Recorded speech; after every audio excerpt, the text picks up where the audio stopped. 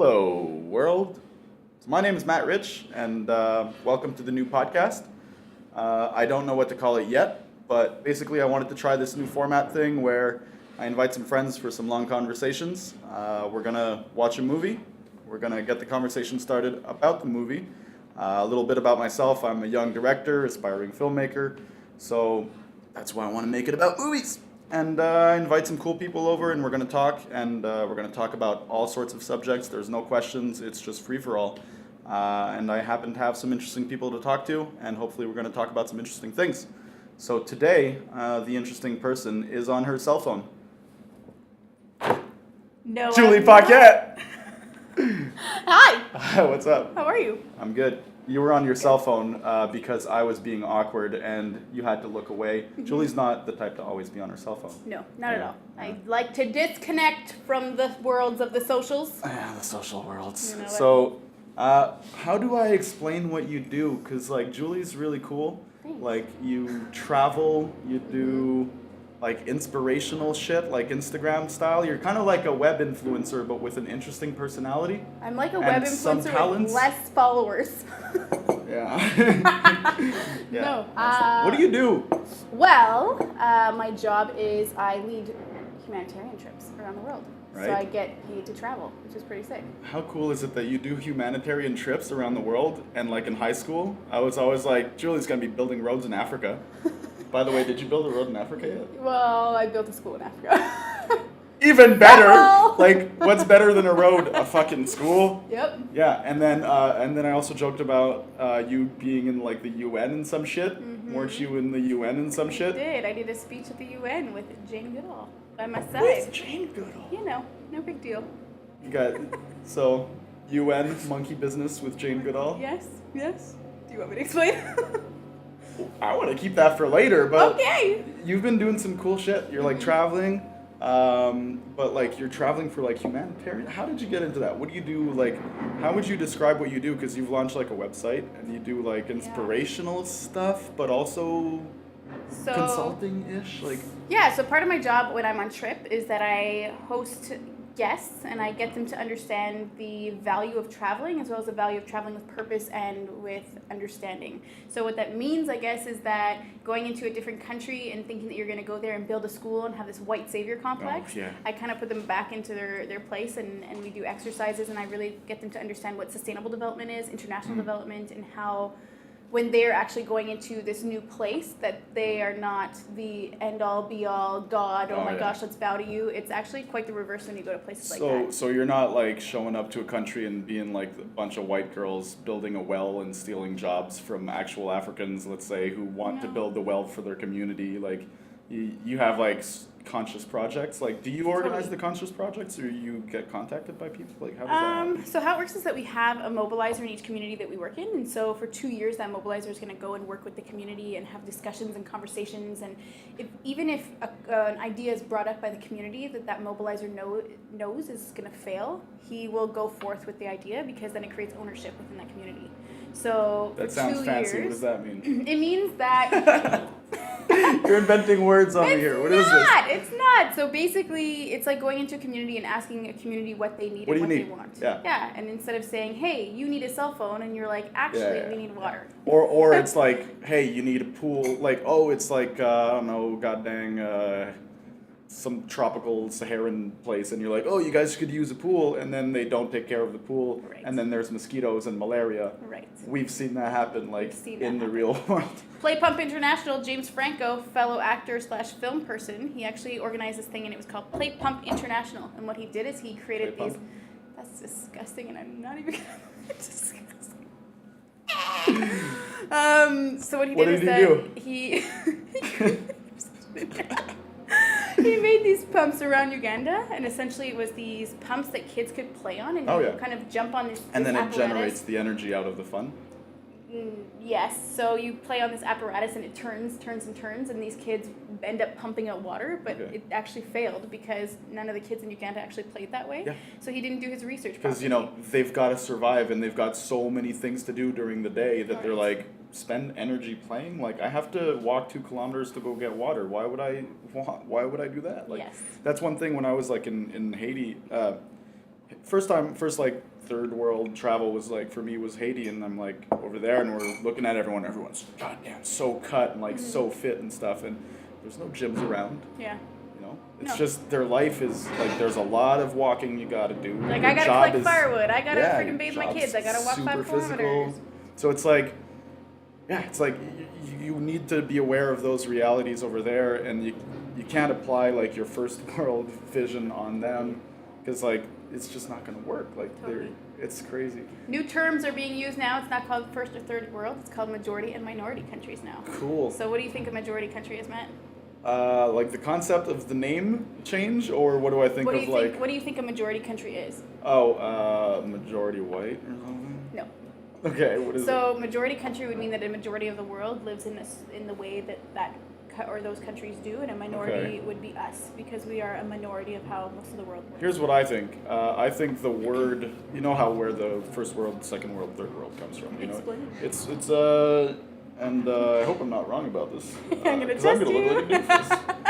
But if I'm not mistaken, the terms actually come from the Second World War. Basically, how the world was divided in like the first world, the second world, and then third world was like the ones that didn't want to participate to the war, sort of, and they got sort of left out of the New World deal, where we sort of like fought the shit out of each other, and then we're like, okay, let's stop, and then we divided resources, kind of thing. Because like there's always a restructuring of the world after a world war, which is kind of a little fucked up, but I mean, and so yeah, the third world sort of got left out of that, and my view of the thing is that like, hey, these are the words, they don't really mean that now, and any word you set up in 30 years will become insulting, and you're going to need to change it. So it doesn't have the same meaning that it had before, Yeah. and now it's insulting. So like we change it, that's going to be Semantics. insulting. Do you think that the in, word like, semantics 30 is years. going to be insulting? The semantics just a great word. It's a timeless word. I think it's just like, it's great. Everything about it.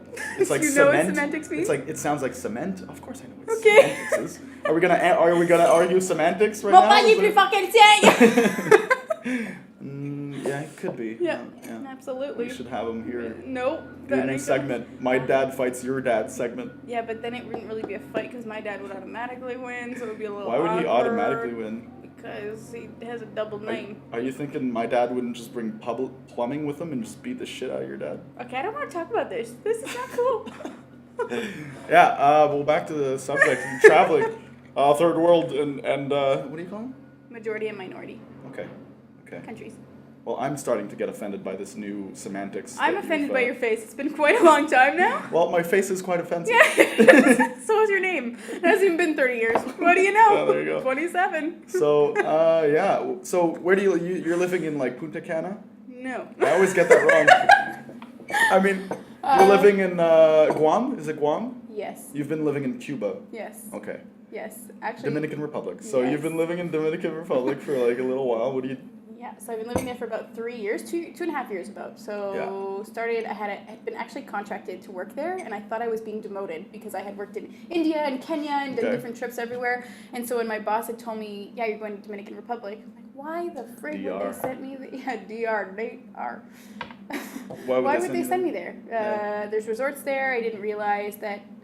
It was like too glam, too like Yeah. well developed for you. You were more interested in like the really shitty places that you could really help. Well, and I thought it was in the more genuine I places. mean, I guess you shitty could with say. heart. Yeah. I mean, Okay. a Great. lot of I'm heart in the offended. word shitty. Yeah. I'm offensive. Yeah, you are.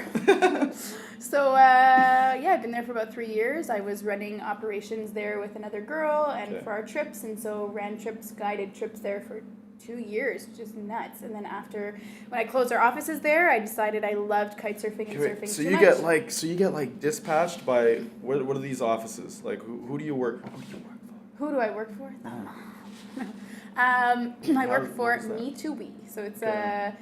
it's essentially an organization that was started by a 12-year-old and started by a 12-year-old 30 years ago. So he ran down the Is stairs. no longer 12 years old now. He's no so longer 12 years That's old. good. He's So there's grown certain up. sense of competence. Okay. So one day he read a newspaper article and brought it to his class, and Yeah. he started this organization which was called the 12-12-year-olds. So essentially it was to alleviate child poverty. Yeah. And then the next week somebody turned 13, so they had to change the name, and now they're known as Me to We. So it's all about changing your perspective from a me perspective to a we perspective. I love how he had the foresight of a 12-year-old. Yeah, Like, good. name it something about being 12 years old, and then when one person turns 13, he's like, damn it, it's true, we have birthdays. What are we going to do about this? Yep. It Okay. happens every year, once a year.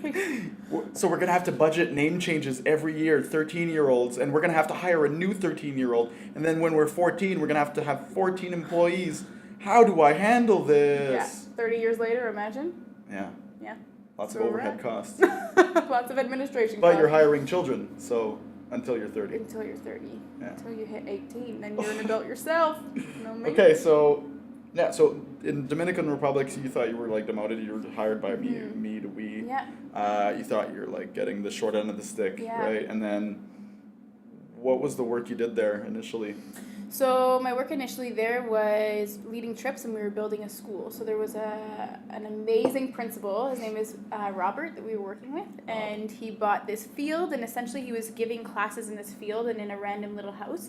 And he says, so his wife says that she saw a vision from God. Whether whoever believes in Classic. whatever, that's fine. Classic. Classic Velastic, like the pickles. And You're so goofy. Thank you.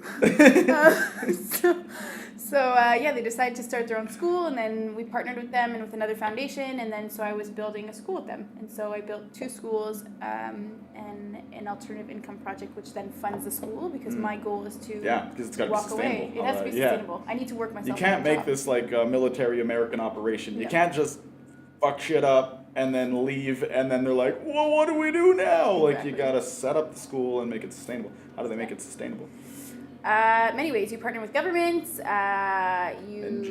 NGOs? Yeah. So NGOs partner with governments. You make sure that things on the ground are running smoothly. Again, the alternative income project, we built a cafeteria as well as a bakery. So the bakery, we were teaching kids and mothers and fathers in the community how to bake, and then they would sell those baked goods, and then the money that they would get from the baked goods would actually go back into the school to help it run. So essentially, I worked myself out of a job because now the schools are running sustainably. Yo, that's the way to do it. I know. How many goddamn NGOs and stuff show up to a country and they are built on this like constant flow of white saviors who come and they just work for like free, and it's not sustainable because they set it up so that they're constantly like in demand to like go do the work, and it's like that's the wrong way of doing it. Absolutely. I've seen it so bad. too many times. It's And corporatism. so freaking It's frustrating. corporatism in the somebody is messaging. We're live, folks.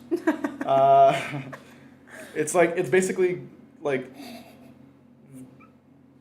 horrible values and like corporatism with the veil of like let's save the world.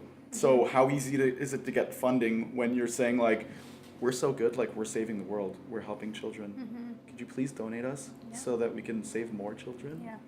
Like, I find that so fucking scummy. It is scummy, and I've seen it too many times. I actually went to go visit another organization in DR. I was like, oh, you guys do similar work to us. Like, I would really love to see it, and I judge the shit out of these places. Word. Because Well done. it bothers me. I want to see if you're actually sustainable, and I want to see if you know your shit, and so Yeah. sometimes I'll bring up a conversation and see how they answer things. Like, I'm a little bit sneaky with how I do it, because I want to see if they actually know the métier that they're working Yeah, in. you gotta be sneaky.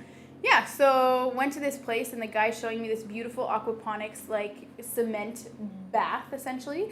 First of all, And great word. Thank you. Aquaponics. Aquaponics, love it. If you Great don't word. know it, look it up. Very much worth it. Is it water exercise? Is that what it Yes, means? exactly. Aqua Fitness. N1, N2, N3, N4 now, ladies. And turn, and swing a sachet, do the kickball chain. All that shit, yeah. And shimmy. So, went to go Yeah. see their project, and it was filled with dirt, and it was filled with nothing. And so I asked them what happened, and they said, oh, we had volunteers come down. They had over, I think it was 150 volunteers come down, who were paying like a big chunk of money because security to volunteers go pay, down, yeah. you have the flights to go down, the course. food that you're eating, you're funding the project. course. But the people who were doing the project, they bought the wrong glue to glue the innards of the cement basin. So they were Okay. putting this plastic stuff in the cement basin so that Okay. the water would stay within it. They used the wrong glue, and so when they put all the fish in the You aquaponics, don't put wood glue there. the freaking fish died, and everything died. And so that to me pisses me off, because that's exactly, it's part of international development to fail and to start So something, it was but bad do management? your research. Yeah. No, it's They all about hired doing like a your research. subcontractor or something for the glue and they just messed it up. No, they just didn't do their research on the glue that they were doing. So you have hundreds of volunteers coming down to do this project who think they're doing so good, and then they go back home and look what I learned and look what I did, and then they go back home and they'll never see that project running ever again. Yeah. And you know what? That organization. And they don't brag about it. They'll just slowly kill this. Absolutely, they will never say it. They'll put it aside, and so bury it a little bit. that pissed me off. I was so mad because these people. These trips are so transformative, and you have a responsibility to these people who are coming down to, you know, volunteerism is a super big industry now, and it's also, you know what I mean? It's a great word. I find it so cheesy, but so beautiful. Yes, it is. Very but you effective. have to be so responsible because there's so many, like, you can critique the shit out of volunteerism. So you might as well just do your research and do it right. I do. As you should. As you should. As so I should. So you're a white girl going to these countries and solving stuff. Do you? Oh, it's true. It's but you're an albino black girl going to these countries and solving stuff. Yeah. Does the company you work for do a lot of volunteerism, or do you guys like also hire locally and stuff like that, or like because the school thing, it sounds like it's self like governing and stuff like that. Like you're like peace and it works, right? Yeah. Is that like the majority of projects? Do you get the school built by also hiring local people? Absolutely. So that's the the way key to is do that it. you don't want to, first of all, if you only have volunteers working on a project, you're taking away from the local economy, right? So you have to be smart. You have to hire locals. You have to get them engaged, involved, willing to be involved in that project. Yeah. And then the ownership is there, which is sick. So Plus the paycheck? plus the paycheck is there, Okay, and then you're good. stimulating the economy. You and then need, you know? I mean, an economy is like a good woman. You gotta stimulate it. Oh my God. No, but goddamn it, like you gotta stimulate the economy. Like people are just like you think you're gonna go there and you're just like gonna build all this stuff and then you're gonna leave, but then everyone's still dirt poor. Like you get the economy rolling, that guy's gonna have money to do his own project, and then the whole thing is gonna build and it's gonna get better. You can't like save the third world or the minority world Ooh. by Actually, like. it's a majority. But they're the majority. Yeah. Oh, we're the minority. Yeah. Oh, look at that. Yeah. Okay. But like you can't save whatever world that is by like without an economic side to it. I agree. It's like and it's just because economies build things, and if you don't have a strong economy, then you don't build things. Haiti got completely fucked. I was in Haiti, like one of my first trips was in Haiti, and I mean the Americans fucked Haiti over backwards everywhere around. One of the things they did a lot, like with it was like another like NGO type thing, is we're gonna bring eggs for free so we can feed the Haitians. So what happened? What? Yeah. So what happened is all of the egg farmers just basically ran out of business, because how are you going to compete with free eggs? Oh my God. So this God. whole business you were building where you were buying chickens, you got to sell it. Because you can't keep up with costs, because you've got these free overstock eggs because farmers are producing too much here and they can't sell it. So what do they say? Let's sell them to the NGOs. We're going to sell it to these guys for a cheaper price. Still, they're selling it. And the NGOs, they've got to spend money to do charitable stuff. Right. So they spend money on the eggs, very cheap, but they get to give them for free. And what do? They ruin a fucking economy. Yeah. And so Haiti got fucked by that. I think now that's been corrected, though. I think they stopped... maybe not Duvalier, but the president. I'm not 100% in Haitian politics. I have a couple friends who are. But I think that's done with. But also what they got fucked with, you look at Haiti, you think like Haitian foods, rice. Rice wasn't necessarily a very popular Haitian food until recently, because the Americans started selling surplus rice to Haiti. So most of the rice that you eat when you're in Haiti is this like super cheap ass like surplus American rice. So you're not like no one's growing the crops. The only crops they build now are sugarcane. Well, first of all, Haiti also they don't have fertile soil because they ripped up all of their trees. I was going to speak Spanish there. Arboles. All of the arboles, they ripped it out, you know what I mean, man? You need the arboles. The arboles. Arboles. Arboles! But their soil is fucked, and they're prone to landslides all the time. Haiti's a fucking shit show, unfortunately, and god damn it. And it's not only because it's like there's foreign influence and there's tons of problems, but the whole rice issue is just like now they're growing sugarcane because that's the thing that they can export, and they export sugarcane like a lot, and they do barbancourt, By Barbancourt. What's that? It's not a sponsor. I just wanted to do that. What is it? It's a good Haitian rum. It's really good. It's really good rum. In Dominican, it's called Mama Juana. Mama Juana? Mama Juana, but it's not a rum. It's just like their drink that they have there. Mama Juana. Yes, isn't that mixed with like they have certain bark in there? Yeah, good job. I've had Mama Juana. Have you? I've brought back Mama Juana from Dominican. Ooh. Yes, I've also been to Dominican. Look at you. Where? Punta Cana? Is that in DR? Yes. Is it? Yes. At like it's not the glamour. It's not the coolest of my trips, but yes. Get it. And so yeah, the whole economy there is fucked. But enough about the whole we, me, etc. 13. You're doing an individual project thing now. Yes. What is that? So my goal right now is, because I've been traveling around the world for about 6 years now and doing workshops, I think that I could do the workshops on my own and have my own company, and I think that I can influence a lot of people. And so I'm doing my master's right now in a subject called sustainable happiness. And so it's all about how to... What happiness? Sustainable happiness. Okay. So it's all about how to make better choices for a better world, I guess you could say, and sustain your happiness through simple things like connecting with nature, connecting with...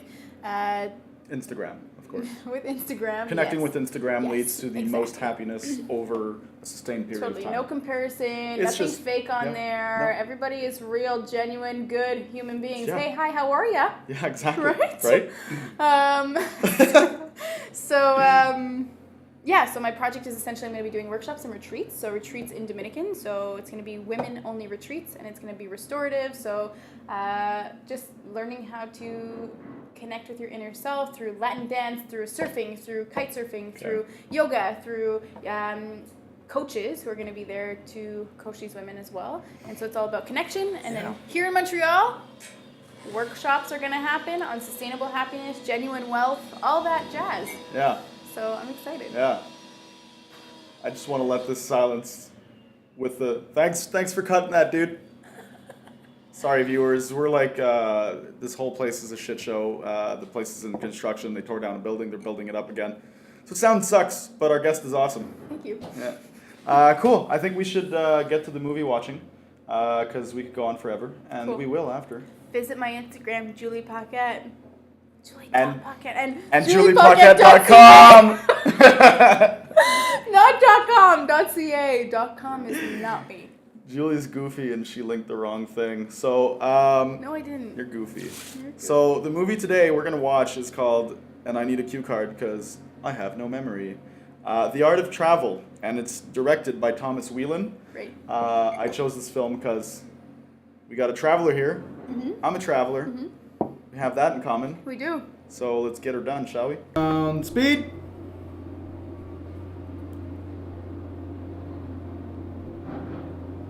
Camera rolling. 3, 2, 1, action. Hey, oh, you missed it. Did. Camera rolling. Oh, can I do it again? No. I'm doing it again. Because it's going to be so good. 3, 2, 1, action. We're back with Goofball Julie. Hi. Nice to meet you. Hey, hi, how are ya? Solid Today, stage entrance. we are gonna be talking about buttholes and digging. She doesn't know, but this is gonna make the cut. No. You know now. What do you mean? That's how the episode's gonna start. Julie gets really crazy. Okay, I'm good. Okay, we might not start there. You want some water, Julie, to get you down from all those drugs? I'm not on drugs. Caffeine drugs. Okay, so I want to get your thoughts first. What do you? Oh wait, let me do another intro. Okay, so just in case we don't keep that shenanigan. Okay. Do you want me to redo something? No. It's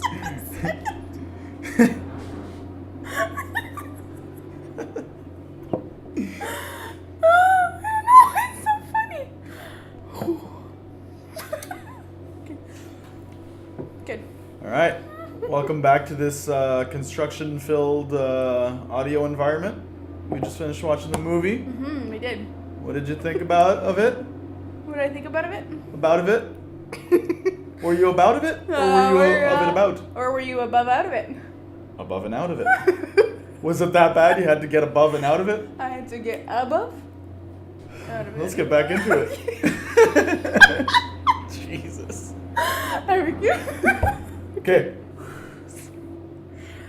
We did not get high during the movie. That stuff's not legal yet, and we didn't do it, okay? So... That makes it look like we did do it. I know, but I mean... Mystery. Oh, okay. So what'd you think about... Yeah, so what'd you think about the movie? First impressions. First impressions. From start to beginning? I mean, geez, start with one thing. The ending, I literally did a happy dance after, because I was like, "Bah, bah, bah." Julie, by the way, has got a pretty solid happy dance. Thank you. Yeah. It's all about the fist pump. Yeah. And the high knees. Big fan of the high knees. Thank you, teachers and high school. Why are we going there? Track and field. Oh man, you're in a zany mood, I eh? know. Alright, so what got you all zany? You like this? I think it got like on your travel vibe, and Yeah, now it you're did. like all pumped up and stuff, Yeah, and there yeah. was like a good traveler vibe, and you're like, okay, I'm gonna put out a thought. Were Okay. you, cause you've been like all over the place with like, should I keep traveling? Should I go back Yeah. home? Should I like, what am I doing with my life? You know, Yeah. the regular stuff that happens when you travel a Life lot and you get questions. depressed when you come back. Yeah. So did that, like, I feel like that put you in a good mood, because it's like, here's why we do it, here's why we love it, all this traveling, it's so goddamn awesome. Yeah. I love it, right? I think Yeah. that's why you're all goofy right now. Yeah, I friggin' love that part of it. I think that it showed you a perspective of a traveler, and I think that the other side of it, the reality of questioning, is this what Yeah. I'm supposed to be doing, was shown as well, and it was a friggin' fair representation of Right. both worlds, and Right. love and adventure that comes into it, and Yeah. yeah. I feel they didn't do a big job of representing the home part. You know, they only had their family, and it was always like goofy and stuff. But yeah, the whole like, I would have put in a couple more plot elements to sort of develop that whole narrative arc of like, well, I miss home. I'm sacrificing my life. You know, at the end, he sort of ends up being like, well, by the way, I mean, my life has been set aside, and I'm not sure if I should do that. And well, it wasn't even that. He just kept like it wasn't that. He just kept And traveling. I think I would have Did it make sense? rounded back to the beginning of like why he ended up traveling, and Yeah. like thinking about that at the end of the movie, being like, thank the Lord Yeah. that this actually happened to me. Not gonna reveal any spoilers. Okay, but here's a weird thing I noticed in the film that like, and I've noticed that in life too, is that a lot of the people who were on these travels have like these stories about them where they're like I got left by somebody, or like I had this tragedy happen to me, and they just had to fuck off from like regular life Yeah. and basically go travel the world. Like, did you encounter that in your travels? 1,000% I Right? encountered that. Yeah. I think that's so true. That's the reason why I went to DR originally, and why I continued living in DR, was because my heart was broken, and I was like, Yeah. there's no purpose of me going back to Montreal. Yeah. Like, I'm gonna have to face this and face it. Was intertwined in my world in too many ways that Another great word. thank you, that I had to get away, and so I continued living in DR. And then when you continue living in another place, you actually develop yourself. Yeah. And I developed things that I would have never developed before, and I got into a sport that I loved and that I thought Yeah. was impossible for me to ever achieve. Yeah. And then nobody helped me do that. It was only myself that I had to rely on. Yeah. And it was the first time, like, looking back on it, I was so heartbroken. I'm still feeling like the effects of that relationship, to be honest Well, with yeah, you. I mean, if you didn't take the time to deal with that directly, and what you're doing is escapism, then you're not going to be able to correct the Yeah. things. You're going to basically just medicate and Yeah. distract. You know. Absolutely. It was a distraction, but I learned so much. And to this day, I was actually talking to one of my girlfriends about this yesterday. Thank God that I was broken up with. Yeah, Because right? I would have Totally. never done what I Totally. did. I would have never learned how to kite. I would have never learned we had how to this surf. we had this sort of conversation before while we were watching the film, and not Yeah. without going too much into the details. Yeah. This whole like, thank God I got broken up with. Mm-hmm. Thank God I went through this awful shit, and you came out of it, Yeah. and now you're like stronger, and Yeah. you change and you gain perspective, and Mm-hmm. it's like, I see it that way too. It's like, I think the world is basically an endless amount of suffering because there's Yeah. finite resources, and reality is complicated and all these things.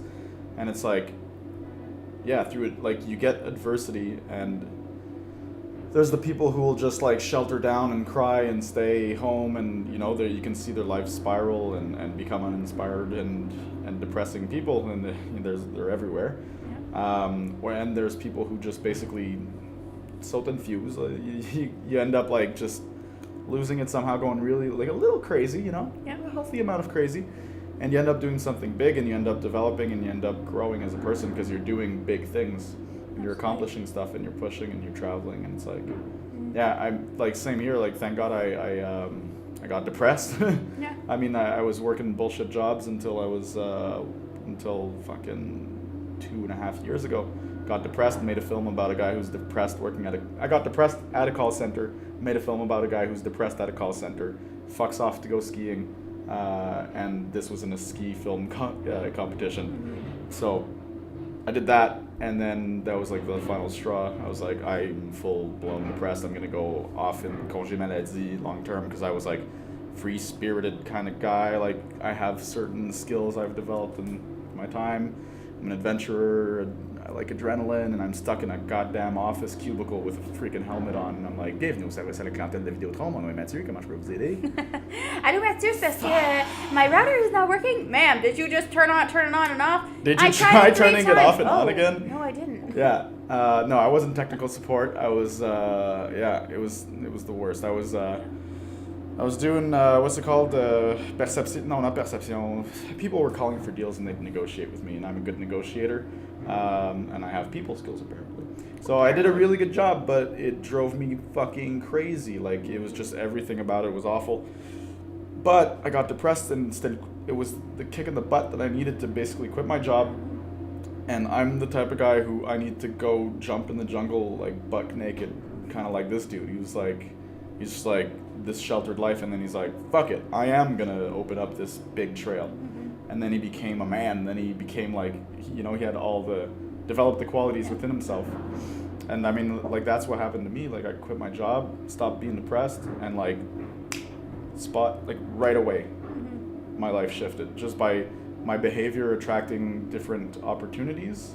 So instead of being this like unconfident guy, and you know how I've always been this unconfident guy, instead of being this like unconfident guy who's like, I'm very anxious, listening to my anxieties and being like, no, I should take the safe approach or whatever. Anxious. I did. I'm very self-aware. No, but I'm saying people would never know that. A lot of people know that. Really? I feel like you don't Oh, yeah. show that. Well, I'm always talking. I don't know. Okay. But yeah, so I had this,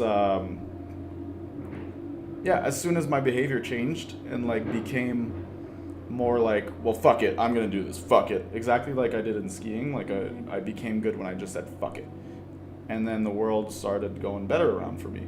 So when I quit my job, I stopped having this sort of pushover attitude, like I'm gonna play it safe, like I'm not too sure, should I do this? And like I just stopped having that attitude, and like I've been traveling for 2 years, I've gotten these awesome contracts, I'm meeting super cool people, and it's like you've done the same thing, and it was because like me it was that depression, and you it was that, you know, getting left, which probably sent you in a bit of a depression too, Depression. right? And then I've been listening to these like theories or thinking about these things where depression is not necessarily a bad thing. Like a lot of these things that we see as being bad, like anxiety, is an awesome thing. Depression is It might be awesome, the bad result thing after. to live. Yes. Well, one thing at a time. Anxiety, awesome thing. Anxiety is just your brain telling you like, holy shit, here are all the issues you need to solve because, whoa, panic, you might get fucked by this, you might get fucked by that, you might get fucked by that. You're anxious. Some people are anxious in social situations. Some people are anxious about the bills they have to pay and all this stuff. It's just your brain telling you, hey, buddy, solve these things. So since I've been freelance, I have the time now to like look at all my issues. And what's great about being freelance is that all my issues are my business's issues. Yeah. So if I solve my issues, my business goes better and I have less anxiety.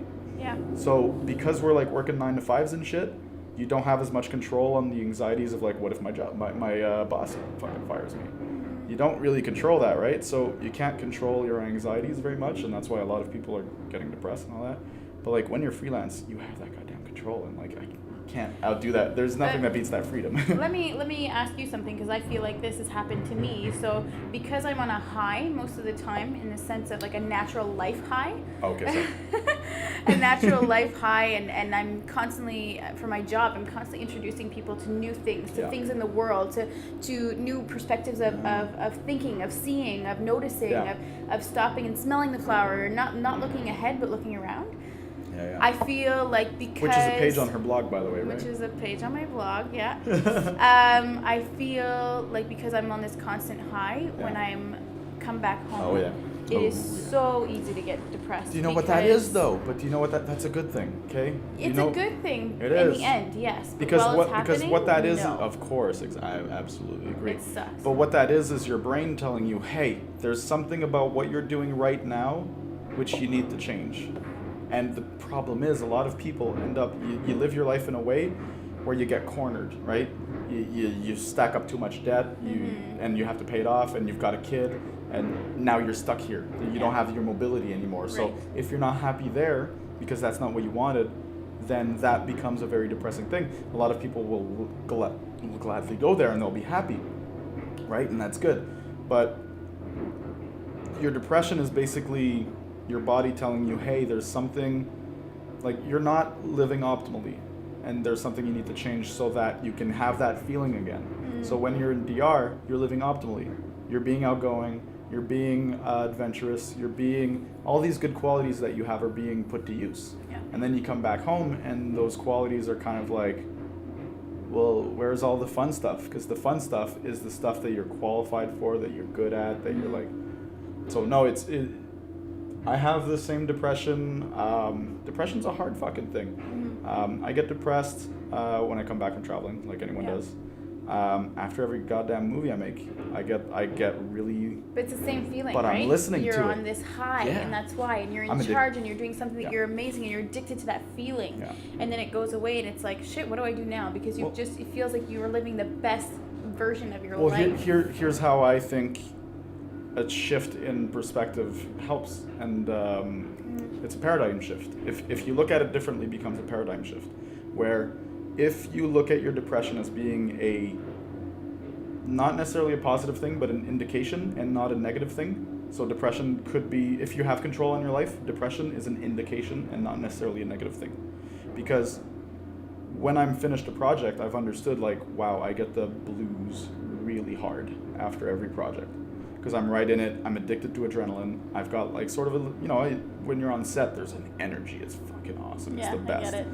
And I'm the guy in charge, you know, and it's like, I'm in charge of, I have so much pressure, because if the set's not going good, everyone's gonna hate their experience, and they're working for me. Like, right now I'm not at a very high level, right? So I'm trying to get there, and I'm trying to hire these people in the future. So there's a lot on my shoulders, and I feel the pressure. I've never taken on responsibility ever, anywhere in life.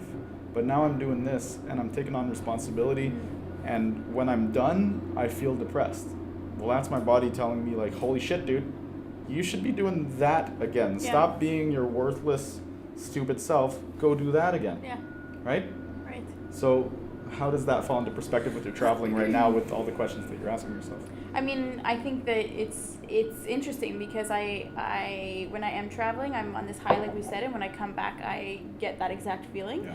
But at the same time, I also crave some of the things that are here. Right. So it's like having that balance, you know, like I can be depressed because I'm not on that high, but then I see other things, and I see my family, and I'm like, this is so good, and this kind of like cures a little bit of that depression. Yeah. But then does it cure everything? I don't know. So it's like having that balance of this. How do you find that balance of travel, family, responsibilities, having a job that for me, okay, these are my favorite words in life. 4, okay?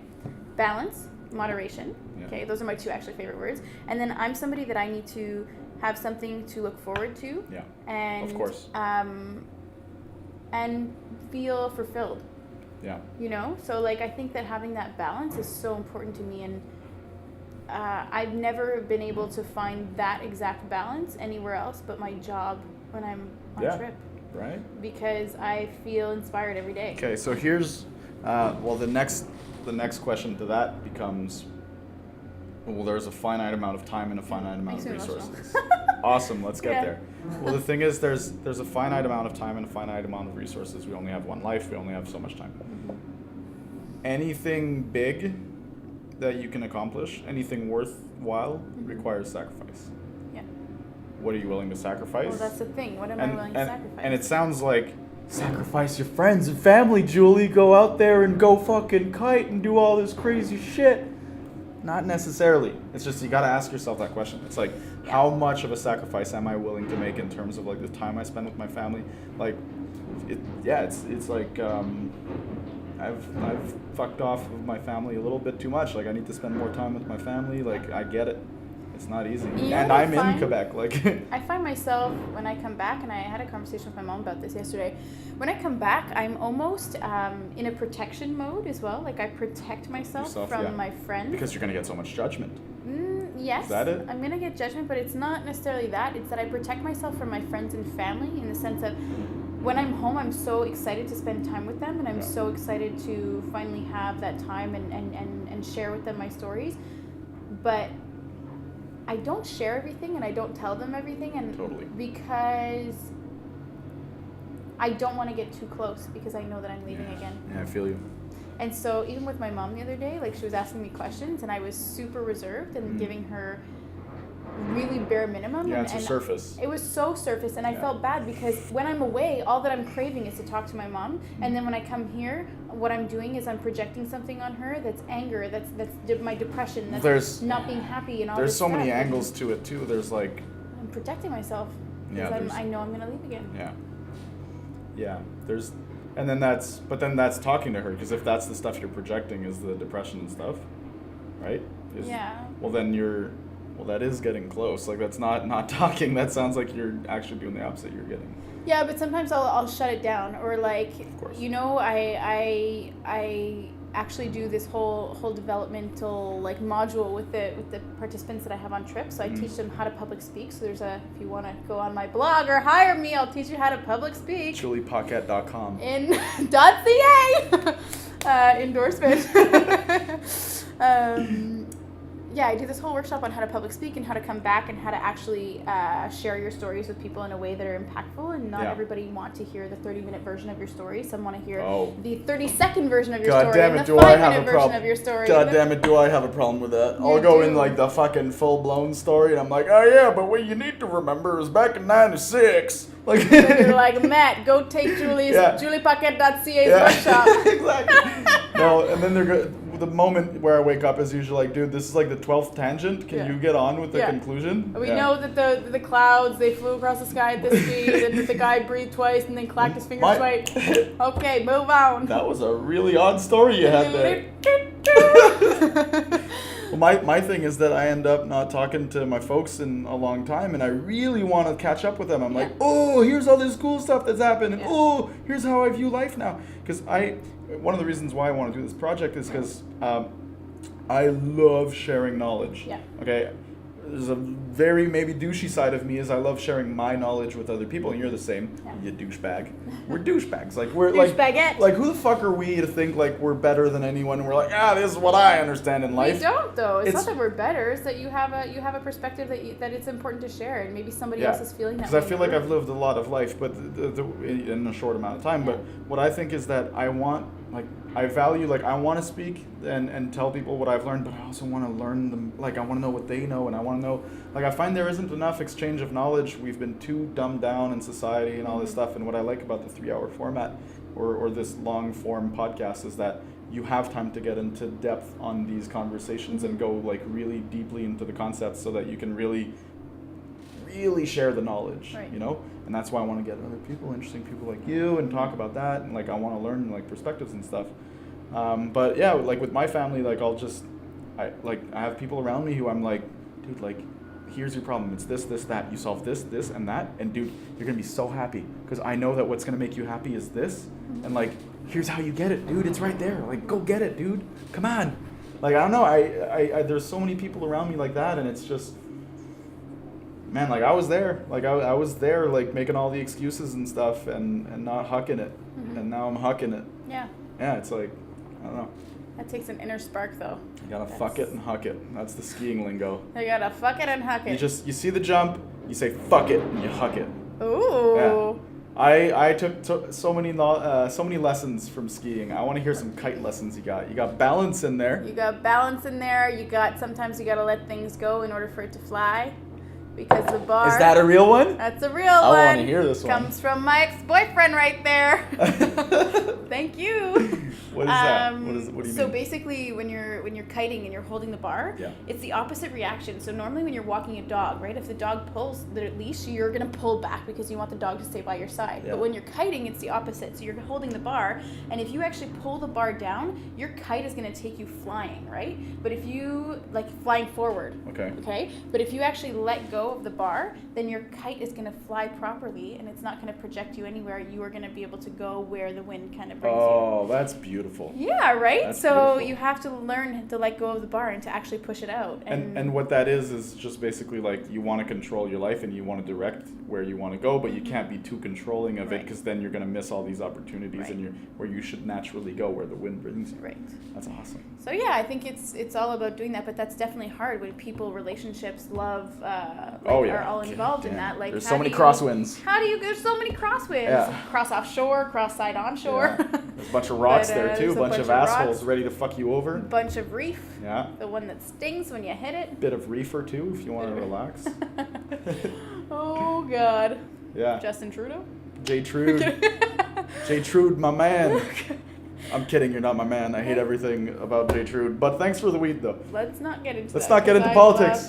You like J. Trude? Let's not get into it. But let go of the bar. Let go of the bar, right? So please, Justin Trudeau, let go of the bar. Just please, let go. I'm asking him to leave the... Yeah, so I think that's one thing that I've learned from kiting. What I really love about kiting is that it's such a chill community. Like, when I walk into Kite Club, Cabaret, and it's like where all the people launch their kites. Any extreme sports is just so beautiful. You just walk in there, and I know that everybody that is there is a determined son of a monkey spank, right? Yes. And you know why I know that? Because kiting is so hard. It's so hard, and so you know that person has spent hours literally just trying to friggin' like fly this kite. Not even water start. Not even like actually kiteboard on the water. Not even do a jump. Not even... Just to flying it on the beach. And we all have been exfoliated by the sand, let's be real. Like, all like natural spa, and like, you've never tried kiting. It will happen to you. I will. Bring me to Punta Cana, is it? Yeah, is that Punta Cana. Cuba, Guam? Yeah, where is it? That's exactly it. East Africa. Yeah, so all that to say, when I go into places where there's kiters, I'm like, you guys are so badass because I know that you're determined human beings. And automatically I have a connection with you because I struggle to be good at this. And I remember watching all of these girls on the beach, watching all of these kiters on the beach for the first time, landed in Dominican Republic, was sitting on this wall and watching this new sport and all these kites in the sky. And I was like, holy shoot, this is so There's a vibe, cool. right? There's an energy. Yeah, and then this fucking hot girl walks out of the water with her kite. She's controlling it. She's got a bikini. Her body's like amazing. She's tanned. I'm like, and you know that if you talk to this person, she's awesome, right? Because she's got like a good grasp on like so many things in her life. Like, you can't be that good at anything without being generally good at other things. And like just a balanced human. Like if you, and like I said, just determined, because if you're out on the water and you can control your own kite and you're actually kiting and it's the most amazing freeing feeling that you'll ever have in your life. Yeah. But if you are experiencing all of that, it's because you have struggled. Yeah. And I love that. Yeah, it's automatically dope. I'm like, wow. So I'm like obsessed with like extreme sports and like, you know, like I'm a freaking skier, like I skateboard all the time and I do stupid shit like going to ski the day before I have a big contract in like Bali and shit, and I'll go throw like a 900 and almost kill myself when I haven't skied in like 5 years. So yeah, there's a lot of people with crazy man. There's a lot of crazies in extreme sports, but it's like, one thing that I've noticed in like skiing is that I haven't met a single good skier who doesn't have somewhat of a mental problem. For like, sure. All the guys are anxious. Yep. All the guys are hyperactive. Yep. Some of them have like behavioral problems, but it's like the only place that they're really fucking good because they just like they get it out of their system and they're just hyper obsessed with one thing and they're really good at it. But I've seen a lot of guys become really goddamn good, awesome, successful people in life because of skiing. Yeah, because the skills transfer over. Yeah, well, because you learn lessons like when you fall, you have to get back up, or else you're going to develop a fear of that trick. So like I've done front flips. I used to do a bunch of front flips on jumps. I did this one front flip without a coat, and I found out that like if you don't have a coat, you slice through the wind. If you like like with shirtless, you slice through the wind like it's nothing. So I over rotated, landed on my side, cut up my back. I was bleeding and everything because it's like the snow in spring is horribly sharp, and you got to get the fuck back up, and you got to throw a front flip, because if you don't, you're never going to do it again. And that's a life so lesson, hard. right? That's a life lesson. I've done so many films that I considered a flop in like my personal mission. I had to get the fuck back up and do it again. And I didn't learn that lesson in school. They did everything to take that lesson away from me in school. And that pisses me off. Because like, you know who I hung out with like in high school, right? Well, I hung out with a lot of people, but like my skateboard gang, like Calvin, Pat, skate gang. Represent. I wasn't even that great of a skater, but like that was my gang. I am now. I'm decent. I'm not a great skateboarder, but I've got my style and shit. It's cool. You had the little Justin Bieber haircut at one point, and that was before Justin Bieber was even a thing. Like I think it's called the Matt Rich haircut. You just ruined my image single-handedly. I invite you on my show, and you just ruined my image like that? You invented it. You invented the Justin Biebs. Of the Beeb. But yeah, like, how many goddamn times was I in trouble with direction in school? Like, the principals and So shit. many like, times. always. But Matt, let me tell you something, okay? Go for They it. all freaking secretly loved you because Yes. you have a charm But here's to you. the goddamn thing.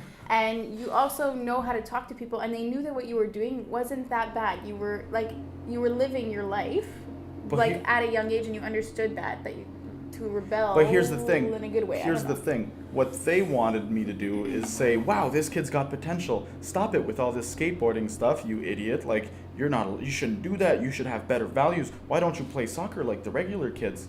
Like, I don't want to play no fucking soccer. Like, No, it wasn't about that. Oh no, I had that told to me like a couple times when we were doing flips in the gym and stuff, and we'd like bust. It was a little illegal, but Exactly. but basically, every single like they always like, what the fuck's the problem if I have a skateboard and I fuck off from school and go skateboard? Like, I'm not damaging anything. I'm not doing drugs. All the guys that are doing drugs are across the street from us. We're skateboarding. We're taking on risk. We're learning about our limits. We're developing.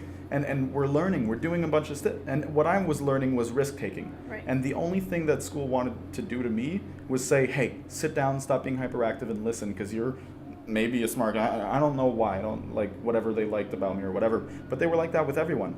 They were like that with Mikey. Mikey was not like... Mikey was a great skateboarder, and the only goddamn reason he kept going to school was so that he could skateboard at lunch.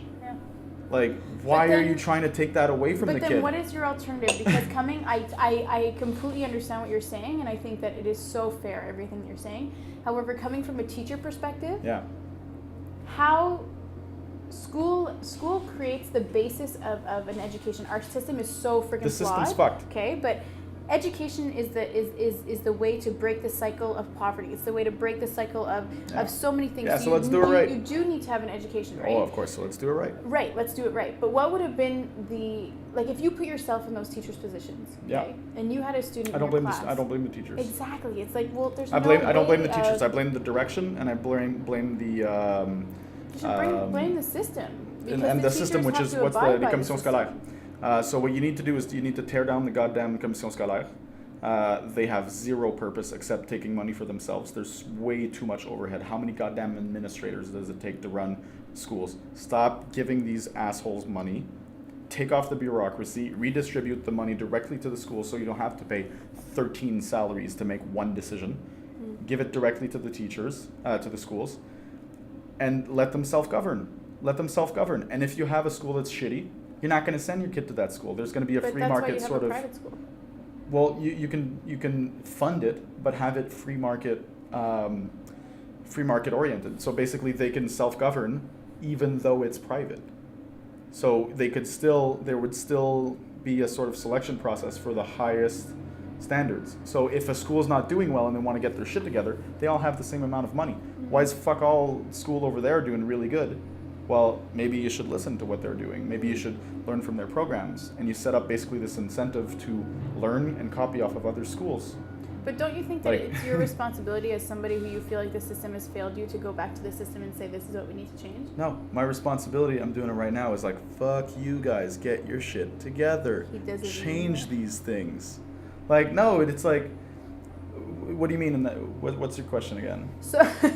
So my question is that you have a lot to say about this subject, but Yeah. this will never be heard by the people that need to hear it if you don't voice your.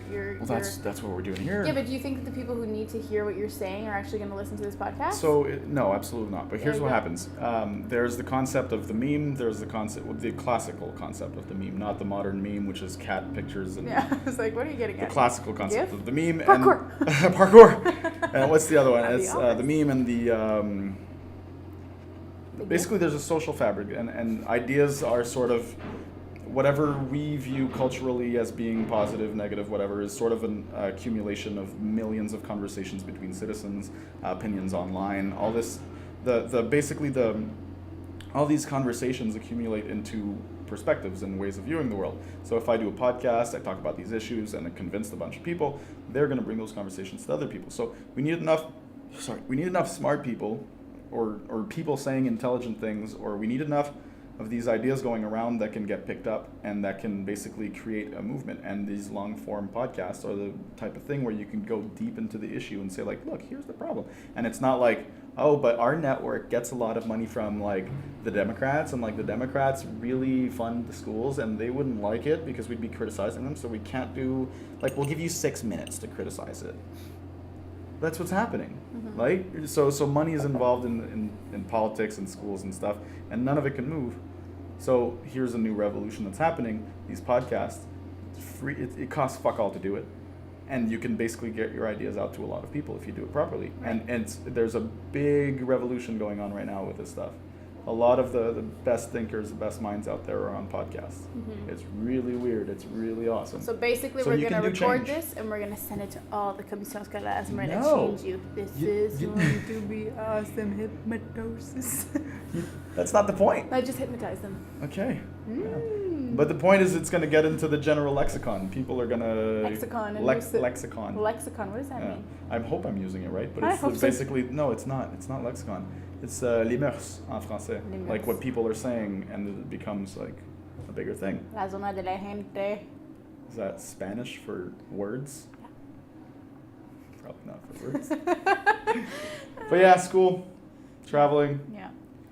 What's a good question to take it from there? Well, I think Let's- that kind of bridges off onto the best education that I've ever had has not Mm. been through schooling, it's been through travel. They said that in the And- movie, which was very interesting. Yeah, and we both lit up. Yeah, and it's so funny. I've written a little bit about this in one of my blogs, that I think that that's actually what makes me a good teacher. Yeah. Is that I had the best high school experience. I loved high school. I was involved in a lot of things. I know you don't feel the same way, but I really loved my high school experience, and I think that I loved it for other reasons. yeah, because I was in your class. Oh, I'm kidding. shut up.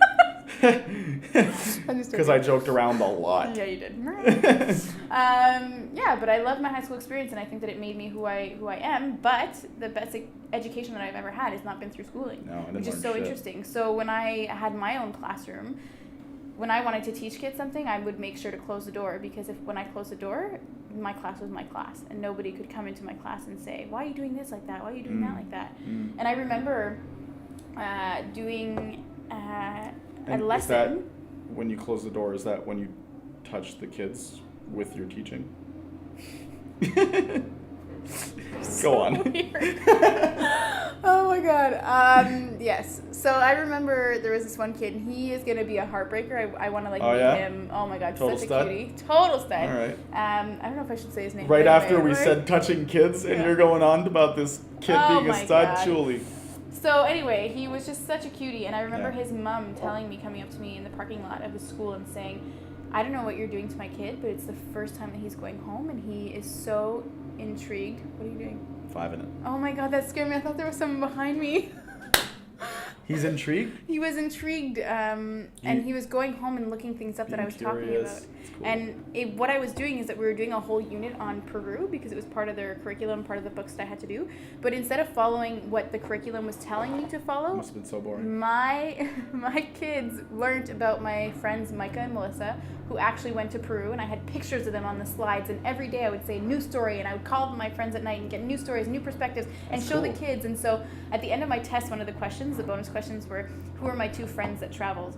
And they both, everybody in the class could name their names. Everybody in the class could tell me what Machu Picchu was, what Cusco was, what crops they were growing there. Because you had a direct link, it felt more real because you were separated by only one connection, which is Julie is a friend with this person. Yes. Not this was written by a paper, like textbook, and now you need to remember this because it's on a test, and like. And how inspiring and cool is it to learn about travel and to be like, guys, okay, so when you go to an airport and you travel to these places, this is what you have to prepare for. This is like, there's so many things that are connected to that one. Julie, you're corrupting our youth. I'm not. I'm making them better. They're supposed to work in factories and show up on time, and you're corrupting them. They're all going to leave the country and not pay taxes. I love it. And they're going to learn, and they're going to be better people. Awesome. But it was just the best compliment of my teaching career, having this woman come up to me and say, my son has never done homework in his life. You don't assign homework, but he's actually going home and looking at Peru because he wants to travel and he wants to be like you. And I'm like, holy shit, this is amazing. Like, that is education. Inspiring people is pretty goddamn awesome feeling. I love being inspired too. These kids inspire me. Yeah, totally. Like, what should I be going home and looking at that I'm not doing? Instead, I'm watching The Bachelorette. Why? Because it's awesome. But it literally like shuts down my brain. But sometimes I need that. But we do. But you know, maybe I could be using that time a little bit better instead of finding out why Connor got kicked off last night and why little Johnny boy is gonna propose and then they're gonna break up. I am so mad about that. Like, I didn't want to start the show with that, but like that shook my world. I know. And I didn't know if I could do the interview today with the knowledge of that. I agree. It was really, really when I saw that yesterday. Some things. I mean, you travel the world, you see people in poverty. Dreams are made of these. Yeah, man, and you see the most horrible shit. But when Connor had whatever happened to him that I forgot. Yeah. It just gets to me. I know. That's not even his name. It wasn't Connor? No. Actually, I don't know. I think his name was Clayton Connor. I have the best memory. Oh, no, but What? Doesn't matter. I'm so convoluted. What? I'm so convoluted. I don't even know what just happened. It doesn't matter. Okay, doesn't matter. We're actually playing footsies under the table. No, we're not. No. It's like, that's not my foot. Who else is here? And then I have a midget pop out of nowhere. We're supposed to say small people, little people apparently. Little person. Hey, when using comedy, midget is funnier. No. Well, I still appreciate them. Well, okay. Use the right terminology, my friend. Well, it would have been funny to have a little person playing footsies with you. Gotta keep my guests on edge. Technically, my feet are really tiny, so am I a small person? I don't think we measure with size of feet. I'm pretty sure it's how tall you are. No. The fact that you're a reverse hobbit, it doesn't change anything. I'm a reverse hobbit? Yeah, because they have huge feet, and you've got tiny feet. They have hairy feet. Well, I bet you. So if you've got tiny... You bet what, Matt? Well, bet what, Matt? That you have tiny, hairless feet, okay? So that would make you a reverse hobbit. There we go. Thank you. Yeah. Thank you very much. There you go. Matt wrapped around well. He did good. Oh, yeah. What other themes were explored in this film here? The theme of love, the theme of travel, the theme of taking risks, the theme of get a better cable when you're going to be stuck in the jungle and need to pull your Jeep out of that mudslide. That's an important theme. Also, pack a first aid kit. Let's talk about the importance of a good first aid kit. All right, let's talk funny. Did you ever have a problem? Because you've got you're guiding people. So did you ever have to use a first aid kit? I've had so many experiences that are so fucked up that literally in a job interview, if somebody were to be like, Julie, what's the most crazy thing? I'd be like, where's my list? 56, January 3rd, 2014. Let me tell you. Okay, so One thing that was crazy was that was a footsie. Yeah, that was that your was footsie. that was a knee. That was your That was a knee touching.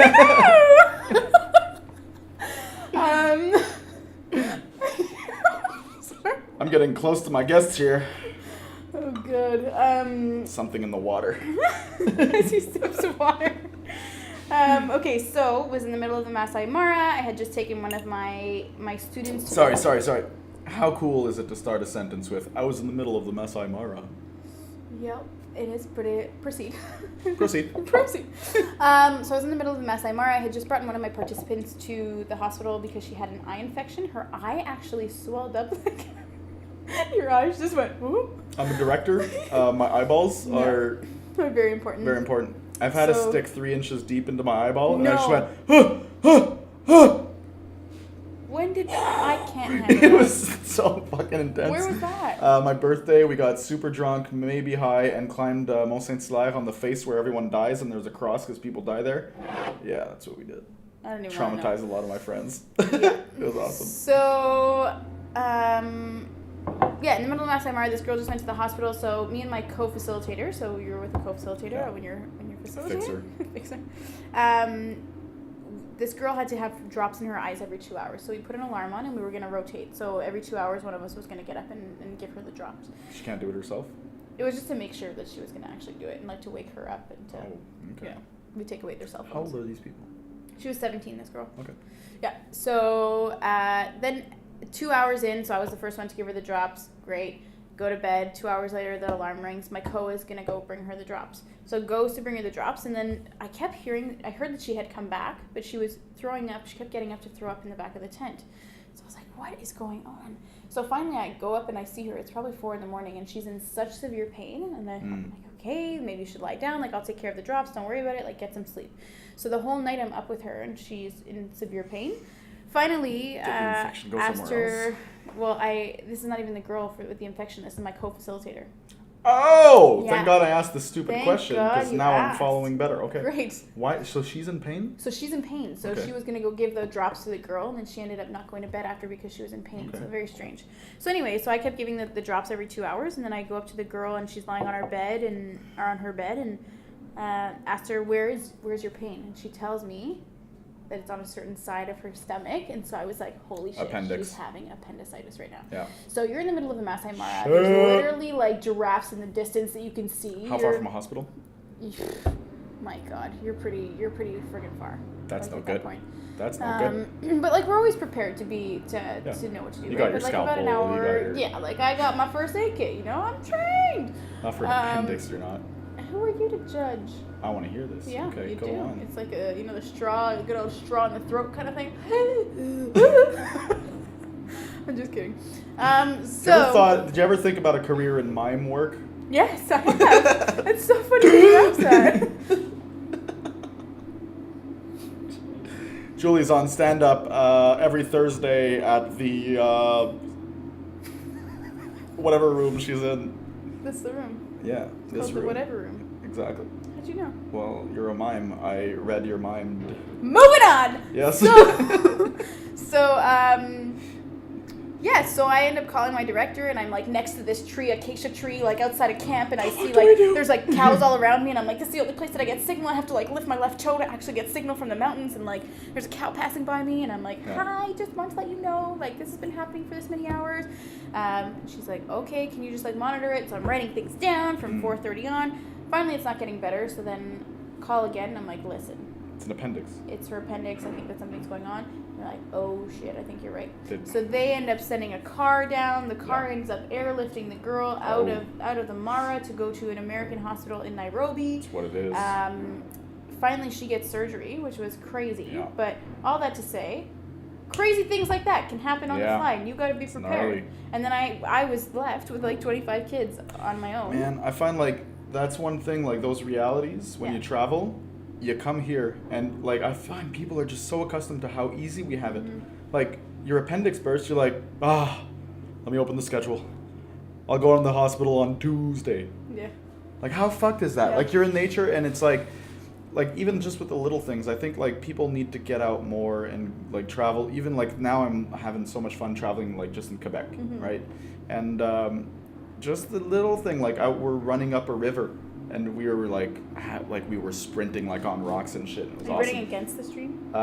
We're above the water, so yeah, Okay. we're going against the stream Are and you we're Jesus? like No, Oh. I don't walk on water. I walk on the rocks. Oh, rock on the rocks. Amidst the Good water. thing I cleared that up. Yes, the rocks amidst the I water. wasn't following. So we're like running like crazy and shit, and we find this beautiful wall, like Yeah. rock climbing wall. We're rock climbing and shit, and it's like it's a little dumb, you know. We're a little extreme. And it's like we're having fun, but like you sprain your ankle there, or anything, You have to figure it out. it's gonna get complicated and it's gonna hurt. And we're just in like 2 hours deep in the Quebec wilderness. Like we're so comfortable here, and when you travel and you go to these places, just even like developed worlds where the hospitals aren't that great, you're like, oh, if something happens, like we have a car accident here, there's not going to be anesthesia. Yeah. You're like, oh, okay, so nothing happens then. Yeah. It's like, That reminds me, I need to get travel insurance. you don't have travel insurance? No, I do. I need to. Do you know I how need to get cheap it for my travel next insurance is? trip. I need to. Oh, okay, to call but the you okay? place. Yeah. Yeah. But yeah, it's like I find just that perspective, you learn so much more. You get so instead of teaching your textbooks, you have one friend that connects, right? Now instead of reading or the news and learning about how bad it is in this country and that country, you feel the fear of like Totally. if anything happens, they are fucked. Yeah. So it's like I don't know, nothing can beat that perspective, and I find that's what's so awesome about traveling. And you come back and like, sure, you try to share that information with people, but like, unless you've traveled, like, our eyes don't light up like that. We're like, yup, like Yep, we get it. been there. But when you're here in the comfort, like I find people just don't understand what it is like in these countries. Like they don't understand the severity. They don't feel the severity of it, Yeah. even though they have the compassion, which is great. But like, you just don't feel the severity. Yeah, because you've never been put in a situation where it's like if you don't get down that road, or if you don't go in that cow field and make that Yeah. friggin' call with your cell phone, Yeah. with your This satellite person phone, could that die. literally, like, this person can die. Yeah, it's just not even remotely a part of your reality. So how can you imagine it and really feel it if you've never been in a situation like that? It's not even remotely a part of your reality. I have a friend that wrote a book. It's called My Maasai Life. It's an amazing book, and she's one of my biggest inspirations. Her name is Robin Wizawati. Yep. She essentially lived with a Maasai family, and in the book, she was talking about how her younger brothers and sisters, her Maasai younger brothers and sisters, would climb up trees. Yeah. And when they would climb up trees, all that she could think about was As if they fell. what if they fall? Yeah. What's going to happen if they fall? Yeah. We're literally not near a hospital. There's a one pickup truck for the whole village. It's going to take like 4 hours Yeah. for this truck to get to from A But to they Z. never fell, right? They never fell. Yeah.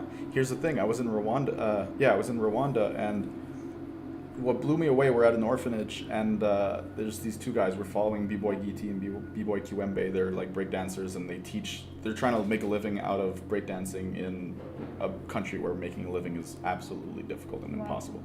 It's really awesome, inspiring guys, and what they do is they've been doing work at an orphanage for like 2 years, and the funding stopped like a year ago, Wow. and they still go there. They still spend money out of their pockets for the bus, and they still go teach the kids. Really awesome, super cool guys. Wow. And That's character right oh there. yeah, oh yeah. Like But values. those are kids that they're from the streets, and Giti's parents got assassinated in the genocide and shit. And, Can you imagine? I mean, I was talking to him, like, to me, it was really up close, because, like, my ex, Yeah. similar genocidal Yeah. story and stuff, and, like, so, yeah, I really got a feel for them, man. And, but, so the orphanage, the orphanage, we go there, and they're like, so they're break dancers, right? So they do flips, they do a bunch of cool shit. And there's these young kids, street kids, that have zero money, right? They're in an orphanage, and they're making them jump on a tire, and they're doing flips on a tire, like in just dirt and like in dirt grass. These kids are just hucking these crazy flips, Yeah. and I'm there, and I'm like, I'm an extreme sports guy. I'm like, I want to flip, Yeah. but I'm like, what if I get hurt? Like, I can't. Like, I'm gonna be so fucked. And it's just here. I was thinking like the contrast, like how aseptisy, like how like ridiculously safe our playgrounds are. Yeah. Like, god damn it! Like when I was a kid, they outlawed sliding on ice. You're evil. how evil is it to outlaw kids sliding on ice? Because Yeah. one of them might slip and hurt himself. Yeah, he's gonna fucking learn, and he's gonna evolve in risk management. Yeah, the liability is different now. I know, but fuck your liabilities. I know. It's like that's the problem. We need to solve that problem. I The know. liability is an issue, and we're not doing it right. Because Yeah. like these kids, like it was so cool to see. Like they were hucking flips, and they'd fall hard. Yeah, and then they'd get back everyone up. would laugh, Yeah. and then they'd get up and do it again. It was But such that's a just beautiful like, you thing know, to see. It you was know when awesome. you see kids in these countries, I hate saying these countries, but you know Yeah, what I we know. mean when Yeah, I yeah, say yeah. that, okay? Anything we're doing is just ways to converse Yes. more rapidly, and I it's love fine. that. Thank you. Yeah.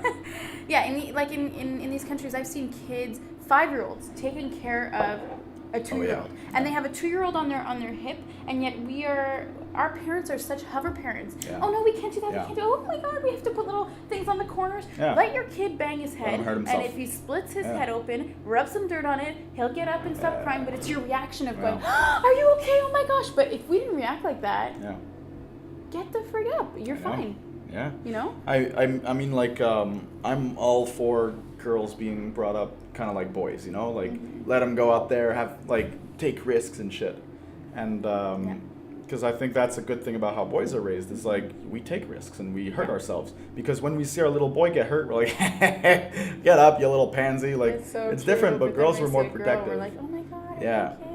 And, But I do like, as much as I agree with you, I do like little girls are just like, oh yeah, like, of course you know there's what gonna I be- mean? of course there's a difference. But I get it. Of It's course. just like, you know, when you put a little girl, like a little 3-year-old in Yeah. like a little tiny bikini. Oh, I love that. It's just so friggin' cute. Do you know what I mean? There's just No. something to it. I don't. Okay, well. I'm not there. Well, I have a niece, and my niece is skateboarding and shit. And Oh, I'm like, that's damn, cool. she can roll, Yeah. and she can take a fall. yeah. It's awesome. That's It's cool. like that's good. Like that's awesome. See, I wish that I had more of that, and I wish I learned to. Yeah. You're gonna kill me when I said. I wish that I grew up skiing. And I know that you've taken me skiing. The amount of times I brought you skiing. Oh my god. Yeah, but I wish that I grew up with that because Yeah. then I would be good at or snowboarding because whenever I hear like badass chicas and they're Yeah. like, yeah, I snowboard, and I'm like, Well- I kite surf and I can't snowboard. Like I'm sure I would Yeah. be able to now. Well, but- like, it's stupid, but they sound unrelated. But like, I got my confidence through skiing, right? Like we were in high school together, and Yeah. you know my confidence issues, and like we were, like you probably saw my evolution from like the beginning of high school to the end of high school, where I had like a lot of confidence. I became popular-ish at the end of high school. I like to think. I became good with girls. I became good with public speaking. I developed a confidence because of skiing. Because what ended up happening is like, whoa, I'm taking these risks. I'm fucking nailing them. Yeah. And like, not only that, but I'm also having the consequences. I'm taking these risks, eating shit. And then what happens? Life goes on. It hurts, and then a week later it doesn't hurt, and I want to do it again. Mm-hmm. So you learn that, like, not only do you learn to take risks, but you learn by, oh God, you learn to take the risk. Did you just hit yourself? Yeah, Oh my God. just to make a point. Okay, well, point taken. It didn't hurt It didn't? because I took a risk. Oh. And I. There But was- yeah, no, it's like that. I find that such a great lesson. It is a good lesson. Yeah. I totally agree. But you know what else is a really good lesson? Is I always thought, just going back to like the skiing and snowboarding thing, that I wish I would have learned it younger, is that every year that went by, I was always like, okay, this year I'm going to learn it, and it doesn't matter if there's Yeah. 12-year-olds on the hill that are better than me. I'm 19, fine. I'm going to take that. Like, I'm going to be shitty. They were Yeah. all shitty. But I was always embarrassed because Or- I was always thought that, oh my gosh, but I'm a late bloomer. I should have and this now by that I'm now. 27, Yeah.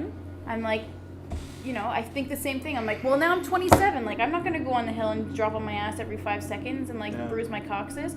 But then when I'm 30, I'm going to think, why didn't I do it when I was 27? Yeah. You know? So, like, yeah, my 17-year-old self is, like, kicking myself in You the face. But you I'm, did a post on that recently, right? If not now, when kind Yeah. of thing. What got you to that place? What made you get to that realization I think I had been working on, on this how to blog. change that? On this particular blog, so juliepaquette.ca, Yeah. for about a year. And with my ex, like, Sorry, we- this juliepaquette.com girl is gonna be so happy. Like she's Yeah. gonna, for some reason, have a bunch of traffic. Sorry. don't go to our website. It's .ca. Yeah, with my ex, we had these dreams. Like he had his website that he was going to build, and I had my website that I was going to build, and it was the first time that I actually felt like, wow, somebody supports that and understands what I want to put out there, and he's working towards the same thing. So he ended up buying this social media package. Like it explains how to break down a blog, and anyway, I was learning how to write, and I was learning how to post these things and use WordPress, and it took me like a whole year because it was on and off. Oh yeah. And like just learning how to change the color of a button on WordPress, like holy crap, but it's not, it's, you know, it's there's not lots of easy. lots of stuff to learn. So I was in Kenya like last week, and I have been editing these articles, and my blog post has been online but not launched to anybody. It's been launched to a few people who I was like, can you read this article? Can you read that? Yeah. But I never had confidence in my writing, and I think that one reason is because growing up learning 2 languages, I feel like my spelling's the worst. My spelling is the worst in both languages. When I talk sometimes, now that I have a third language in there, sometimes it doesn't come out completely how I want it. So people who are unilingual and actually write blog posts, they have this a certain advantage. Yeah, because they've written in one language their whole life, and so they use vocabulary or sentence structure that I don't feel like I have, which I've developed over the years. Yeah, no, you're good. But don't it's worry a about gift, it. but it's, you know, it's You're a good. curse. Yeah. But anyway, so I was always really nervous to put my writing out there, and finally I was like, you know what, I'm living all these experiences. I have a certain responsibility that I tell all of my kids that come on trip, or all my participants that come on trip.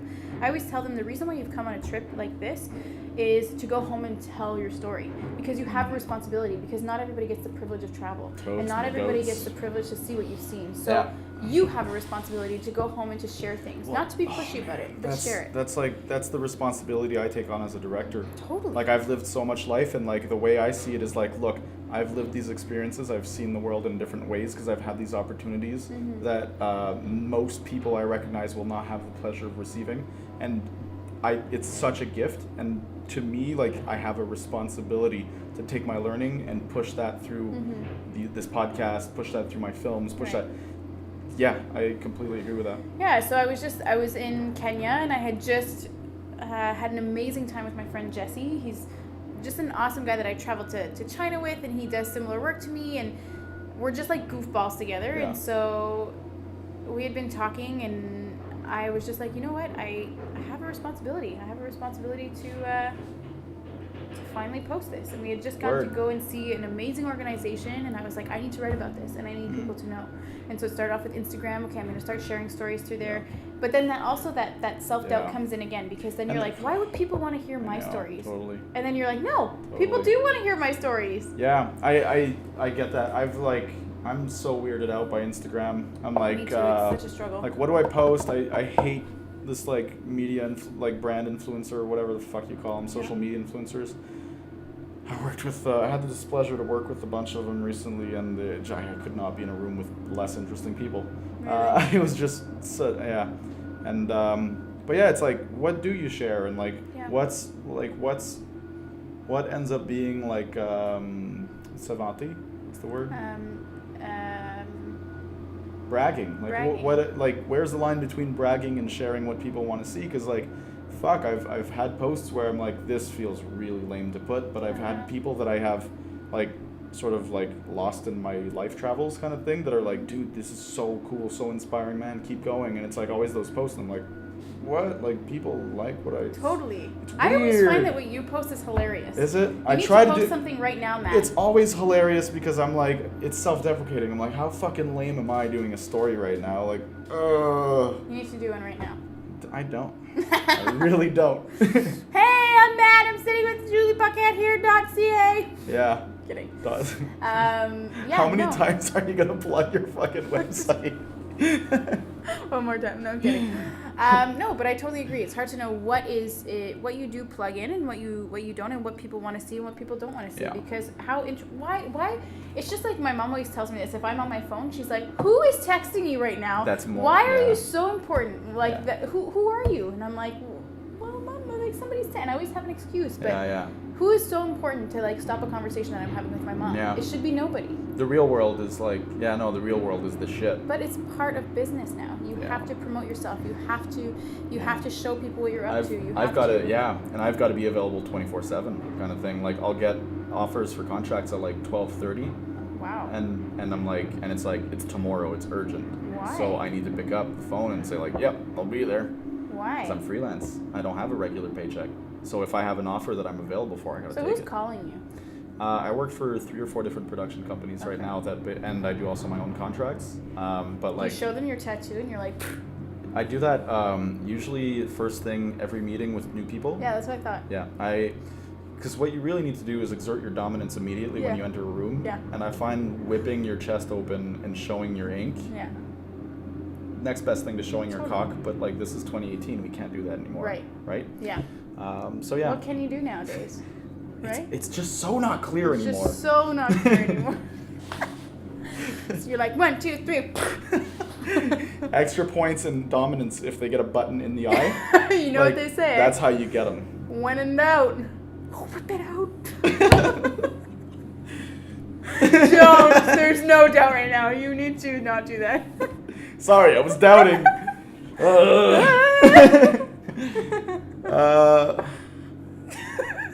Why do we goof off like this? You're such a goddamn goofball. I know, yeah. I love it though. This is what makes your character so awesome. Because you're interesting, but then you goof the fuck off and you're like, how goofy is this girl? Yeah, she's a little That's goof good. goof. Good. A goof what? A goof goof. Goof goof. It's like before you said gorge gorge. Gorge gorge. Like that's a whole, like you have Yeah. hot, then you have gorgeous, then you have gorge gorge. I'm a Gorge, goof goof. So it's like you got Word. silly and then you got goofy and then you got goof goof. I get you. You're goof goof. Do you like the connection that I put back to that? Yeah, you definitely goof goof. Okay, great. Yeah. There was foreshadowing Yeah. and then you brought it back. Brought it back now. Close- Bring it back now, y'all. close the loop. Oh no, this. I can't imagine you on drugs. You don't want to see it. Kind of do, but yeah, I get that you would think that. Yeah. Yeah. We're gonna change the topic now. So the Irish potato famine. Yeah. I heard that really sucked for them. Well, you know what? It made them stronger because without suffering comes no compassion. And they explored the world. They really did. They did, Do you damn think? it. Do you think they would have came to America No. if it wasn't for the famine? No. They had their depression. Yeah. They seeked out the world and they bettered themselves. See, this was what we were getting to with our podcast when we were talking about depression at the beginning. Yeah. It was foreshadowing to Yeah. this exact moment in time, I the mean, potato famine. yeah, Get your I'm- rakes out, everyone. Huddly, huddly, huddly, huddly. I mean, if you need to sacrifice a couple million people, okay, to better yourself, Yeah. you know, certain people would think that's a bad thing to say. Just water your potatoes, you'll be safe. And I would agree with those people. me It's a little too. heavy, but the Irish potato famine really sucked. That's why we got PEI, everyone. Is it? Yeah. That's crazy. Did you know, actually, this is a fun fact. I so- really love the Irish potato famine, so can we keep going about the Irish But I potato? have something- Is this Irish potato Yeah. famine related? Yes. Do So it. in New Brunswick, they Yeah. have this place, and it's called Edmundston, and that's where I know they Edmundston. have. Do you know? Yeah, I know Edmundston? Edmundston. So that's where they have the biggest factory of what? Potato! It's not potatoes, man. Oh, It's a little oil. papas fritatas. Chips. No. Tatas? No. What are you talking about? French fries. McCain French fries. I said chips, you dick. What's a chip, you dick? It's a French fry. No, it's not not. a French fry. Oh, Yeah. I was thinking British chips. Yeah, that's I what done happens goofed that. when you travel so much. I know. You get, oh, look, come see my flat. Do you Your- mean apartment? Yes. Oh, words you're good. traveled. You're Exactly. educated. Oh, chips. So they do French fries in this place called Edmundston. And what about it? That was it. That's your story about the Yeah. Irish potato famine? Yeah. Wow, Julie. So everybody, go I travel to expected a Edmundston. conclusion. Well, Okay, so the thing about the Irish potato famine is, did you know that they actually ate 8 pounds of potatoes before the famine? 8 pounds, because potatoes, the Irish, every single Irish person ate 8 on pounds average, of potatoes. right before the right Irish, before the they potato were like, famine. let me eat Yeah. 8 pounds of potatoes. Their diet and was then it so happened. primarily potato oriented that they ate 8 pounds of potatoes. But a day? Like, what's a your day, calculation? because Oh, there's okay. not a lot of nutriments in potatoes, so you got to eat a lot of them. Nutrients, nutriments en français, and I get those convoluted. But yeah, so they ate 8 pounds, and then when the Irish They potato must have been famine very happened, constipated. I don't know, I didn't ask them. Mm-hmm. But when the famine happened, it decimated the population, and the population still did not recover today. Really? Yeah. And also, it almost wiped out their language. The Irish language almost got wiped out because it hit the northernmost region of Ireland, which because they share a border, I think, with England or something like that. And basically, the northernmost region, which is where they were the most Irish, they're the ones that got the most of it, and they died. And it almost wiped out the language because the ones on the border spoke English. So, more interesting Irish potato famine facts. Thank you so much for that. I learned something today. Things you learn on a podcast. Yeah. Podcast. Podcast. On a podcast. I almost lost my language there. Yeah. I didn't even have to go through a potato famine. No. I share a border with Just you. a regular famine. You share a border. You play footsie on the border, No, though. I'm not playing footsie. My knee is hurting right now so much. I need to stretch my limbs. I feel like this conversation is devolving in a beautiful way, though. No, it's not. Is I it? actually took a little quote down during that movie. Whip it and out. Take out your notes, Really, Julie. yeah, I took a few notes. But have you ever been in a situation where you have almost died? Yes. Tell me, if you want to share. Yeah.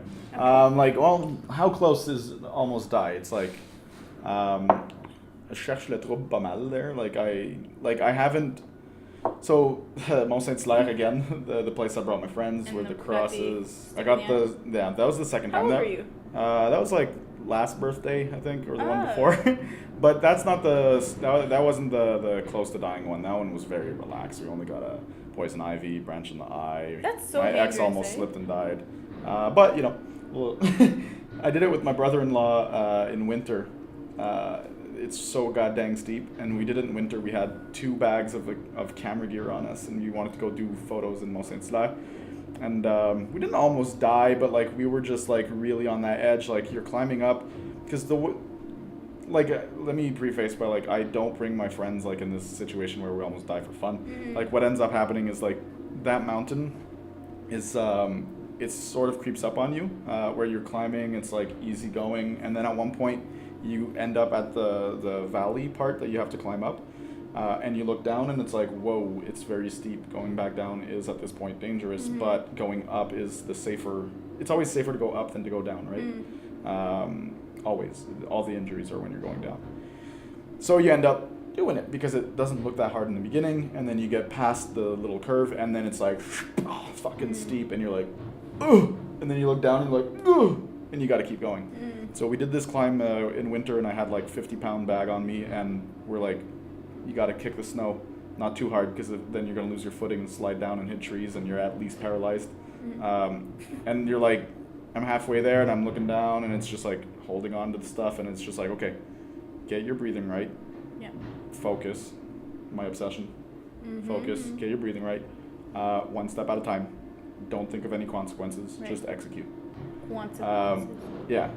But, so I didn't almost die, but getting in that mental space is it's a weird thing. It's a very weird thing, but it's awesome. Yeah. So it's like because I know I'm addicted to adrenaline, like at least a little bit because of skiing and all the stuff I do. But like, yeah, man, it's just like you get this hyper focus, which is absolutely insane, and you're just so in control of everything because the consequences are so large that like I don't know. It's a lot of people chase that feeling. A lot of adrenaline junkies chase that feeling. And also, like, let's say in skiing, like, that's the thing in life where I'm the best. Like, that's the thing where, like, in my life, I'm the best here. So you have that huge amount of control, and, like, I was, head upside down all the time. And so it's just, like, yeah, just that feeling's, like, super addictive. And do you think, like, the Jackass series when that came out, and they're all doing these stupid things, and to me, there's a difference between taking risks and doing new things and stupidity. Yeah, my thing is risk taking plus skills. Because if you're taking risks and it doesn't take skills, why the fuck are you doing it? That's just stupid. Like the people who climb up on these buildings and they look down and stuff, like super high, and they like stand on one leg, and like if the wind blows too strong, they fucking die. Like, it takes 0 skills, dude. Like, you're going up this really ridiculous thing, and sure, you got balls. Like, you got balls. Or you're suicidal. There's plenty of suicidal people out there. I'm not impressed by suicidality. Like, I find it such a stupid thing to do. Like, but if you have these skills and you're able to like, go up against the world and be like, fuck you, world. You thought you were going to kill me there? Nope. Like, there's a crazy feeling from that, and that confidence you get out of it is insane. Yeah, because I think there is a difference between stupidity and actually doing a calculated risk. Exactly. Yeah. I was always the guy who wouldn't throw my meat around. I wasn't like fucking hucking and stuff. I was like, okay, here are the risks. I got to analyze the risks. Well, I've told you about my risk approach. But yeah, that's like the biggest lesson I've ever learned. Yeah. And it's from sports. It's not from goddamn high school. Yeah. You know, they were trying to stop me from doing that. Right, but you learned other things. What? You learned other things from In school? Yeah. I learned how to say jokes. I learned how to... I always remember looking across and being like, oh, God, he's doing something else. Oh, yeah. And then during the tests being like, oh, God, he got better than me. I know. I'd freaking study like crazy and you like freaking wouldn't and you'd get better than I would. Yeah. So frustrating. Yeah. Whatever. You're just a natural genius. I was actually copying off of you the whole time. Imagine. Fuck, what? And then sabotaging your answers. Exactly. So that... She's not looking. Julie, look! Throw something across Exactly. the room. Yeah, that was my technique. Oh, God, I wish that's what happened. Yeah. But that's another cool... I think I've talked to you about this, right? Analyzing your past and getting lessons. I find like that's one of the most constructive things I've found. Yeah? Is like... And I've told you about like analyzing your high school experience. Have you done that a bit? Yeah, I mean, yeah. Yeah? Mm-hmm. Cool. Have I analyzed What have you analyzed? What have you learned from like your high school experience I about think, yourself? Well, a lot of things. I think that... I think if I analyze what I was involved in, it still is today very true. I'm still a leader in a lot of ways. I still... I lead people for a living. So it turned into my career, which was crazy that something like that happened.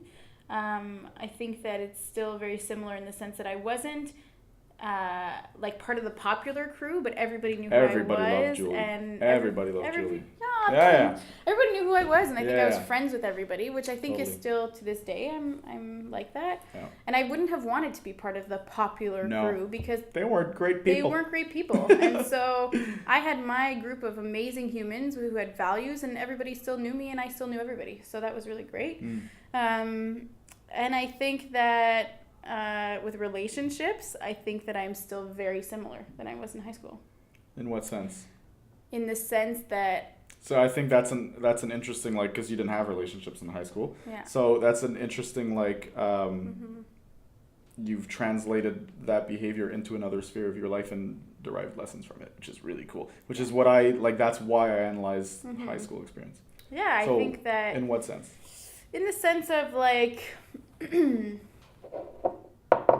I'm very scared Okay. in life. Scaredy pants. Scaredy pants when it comes to men, absolutely. Yeah. But when I trust somebody and when I'm with somebody, like, man, no stopping that.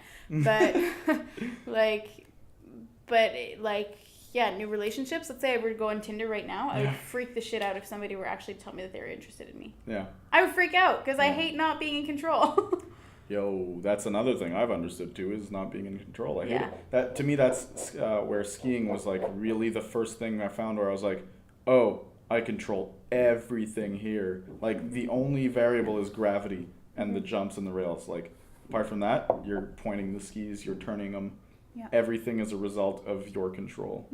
And that's like super empowering. And but I've definitely developed like a huge problem with losing control. Like I fucking hate it when things are out of my hand. Me too. I can get like, I don't know, and it's like, it's the line between being too controlling also is kind of like difficult to manage, right? Yeah, I think that for me too, one thing is that professionally as a teacher, I am always in control. Yeah. As a tour guide, I am always in Your control. job is to be in control. My job is to be in control. I'm a and my director. job, exactly. Yeah. Is other people's lives and people having fun. So Yeah. let's say I'm in a situation, this is such an interesting analysis, but I remember being in a car with my ex-boyfriend and we were driving and I could tell that the conversation was going like lower, I guess, or like it was just fading out, which is fine because when you're in a car and you're most comfortable, you can be silent with that person. Yeah. But I felt like he was uncomfortable, and so I tried to facilitate that conversation, and I was like, let's play a game. Yeah. Let's play a game, which so many other people in my life, because they're so on the same page as me and they've studied the same background, or they're just like, that's something that would interest them, they'd be like, yeah, that's great, that's fun. But I remember him telling me, Julie, I'm not one of your campers. Yeah. And that hurt me so much because everything that I do is with good intention and Right. to try to make everybody comfortable. Yeah. And to try to make everybody feel like they're important or heard or listened to or whatever. That is literally my profession, is to do that, to make other people feel good. And so when that was said to me, I was like, holy shit, this is me trying to control an outcome of a situation where I need to let other people take control sometimes, and I need to let other people show me that they can, because it's okay to not always be in control. Yeah. Just like walking down the street. If we walk down the street, you're going to notice most of the time I am one step ahead of that person. Not of me. I walk way faster than you. I don't think I so. walk the fastest. Notice though. And you know what? Why that's a problem too in most relationships is because I am so afraid of somebody catering to me because I don't feel like I'm worth that. Oh, it's going to make me emotional. No, it's a weird, totally. It's a weird thing. Like I had, there's cultural clashes too. Like when you travel and one of the weird things for me was getting served. Like in Quebec, it's like, we're gonna offer you water, we're gonna offer you something to drink, but apart from the first round, like you're thirsty, you got legs, use them. You're not gonna ask. Like if you're in a family thing and you ask, like, oh, could I have this? Your mom's gonna be like, fucking get up and go get it, Julie. Like, why are you asking? Yeah. Right. And yeah, man. Like traveling, there was a bunch of countries where, like, refusing something that somebody offers to bring to you is so goddamn insulting. Yeah. And like it was like that with my ex because she's African, right? And like my stomach, like I would say it so nicely, like literally, like, do you want like this, like dessert that I prepared or whatever? And I'm like, honestly, like I'm so full because your food was just so good, like it hurts so much, I can't take another thing. Thanks. Kicked in the tibia, you motherfucker. You say yes and you fucking eat it with a smile on. Yeah. It's like, I don't know. I think it's interesting how there's like different modes of living too, like that, right? Yeah. Yeah. Same thing. Like I'm a director. Like my job is to be in control. It's taken me a while to get to the point in my life where I've made the decision. Like, no, I'm going to aspire to become a director, because it's like the big shot role. It's the role that everyone kind of wants to be, and it's the hardest one to obtain. And there's a little bit the Québécois side, which is le Québécois né pour un petit pain. Like, you know, you're only born for this little piece of bread because the Englishmen, they are the owners of the business and don't even hope that you're going to go up because it just doesn't happen. You're not born for that. You're born for the little bread. So be happy with your little bread. So it took me like almost until fucking last year to overcome that. So that whole aspect of controlling, like I'm in charge of controlling my productions, and I'm hyper controlling. Like I'm very controlling. I find the masters in filmmaking are the ones who control all of the details. Like their art direction is phenomenal. Their DOP is phenomenal. Direction of photography, so the lighting, the camera angles, and the selection. The actors are phenomenal. The writing is phenomenal. So those are the masters. So I think that's what you need to be. But one thing that I'm kind of struggling with a little bit, is that once my film is out there, I lose complete control of it. Once it's out in the world, it will be interpreted in whatever way it will be interpreted. And I find that's like a really hard thing to do because I'm like my films don't go unnoticed. Like I have some controversial things, you know, I have some opinions that are very strong, very countercurrent and stuff like that, but very nuanced. And if you talk to me, you'll see I'm not a fucking asshole. And like I have information you might not have, and we can talk and we can exchange, and that's what I value. But like, if you just see my film and I didn't express it and control everything I needed to control, and something slipped out of my filter and I didn't control it, well, it might get across wrong. That's interesting because I remember the other day when you sent me that link to a film and you were like, Julie, watch this, but I want to see your reaction to it. Yeah. Like, I wonder why. Like, is it because you want to see my reaction to something to control? Okay, so Julie, when you did that, is it because you felt? What did I send you? You sent me your kayak. Kayak? Oh, here's a weird thing about that I'm finding like now in my ascension, because I'm starting to get some traction. Like as a director, it's really awesome. Like I'm getting a lot of good feedback and stuff. And well, thank you. I'm getting like feedback from like directors I respect that are like, Matt's good, man. Like he's got. I'm not gonna brag. I don't want to go there. But there's been these like really it's been a new thing to experience and to sort of like navigate, because I've always been like underdog. I come out of nowhere and I surprise people, right? That's always been my shtick. And now like there's expectations and stuff, and not just that, but people want to work with me, and so I find that I have a distrust for people's opinions. Not a distrust, but I have a skepticism for people's opinions. What do you mean? Well, basically, I value, so not, to me, not everyone's opinion is the same. So let's say I show them a film. The opinion, let's say, that my family's going to give me, they love everything I do. So I love showing them my films. It makes them happy, makes them proud. I love showing them that for that reason. But so their opinion on the film is always great. So I don't really value their actual opinion feedback. And then well, I do, but just not to the same level. Right. And then there's directors, for example, who I need to be skeptical of. I need to evaluate, where does their opinion come from? Because, well, do they see me as competition? Are they kind of asshole-ish with me? Do they actually like what I do? Do they want to work with me? Let's say if it's an actor. So it's all of these things which basically, most of the time subconsciously, like I don't attach any bad intentions to any feedback that I, let's say, don't respect as much. I think it's very subconscious, but I don't think everyone's opinion's worth the same, and because it's just like I have to evaluate what influenced that opinion. So like when I see your reaction, to me that's a more direct, sincere. I can basically feel more like, are you being the nice friend right now? Are you being the Julie who likes what I do and just supports whatever I do? Are you being actually creatively critical? So it's really hard to navigate. So you see my reaction, and I'm like, it's great. I loved it so much. I thought I saw you puke in your mouth there a little. Right? I loved it. Oh my god, it's so great. Every second of it. I love the shit out of it. Yeah, so that's where I'm at. I'm trying to navigate that. It's weird. I get it. It's and my job as a director is to kind of take as much feedback as possible from as many people as possible. Well, this is how I do things, okay? Like, you're gonna have more water. I'll have the little glass with less of it. Oh, that's okay. Okay. Which one is wet? And now we all have herpes. Oh. No, you have this little thing, so we know that's so we know you're keeping your herpes. Yeah, but you know what's funny, Matt, is that before, when you poured the glass, that was my glass on the table, and then you switched it and gave me this glass. So I caught the herpes. Ugh. By the way, Julie doesn't have herpes. I'm pretty sure. Why do we even go here? Now we make people who have it feel bad when they shouldn't. Live your life. You're great people.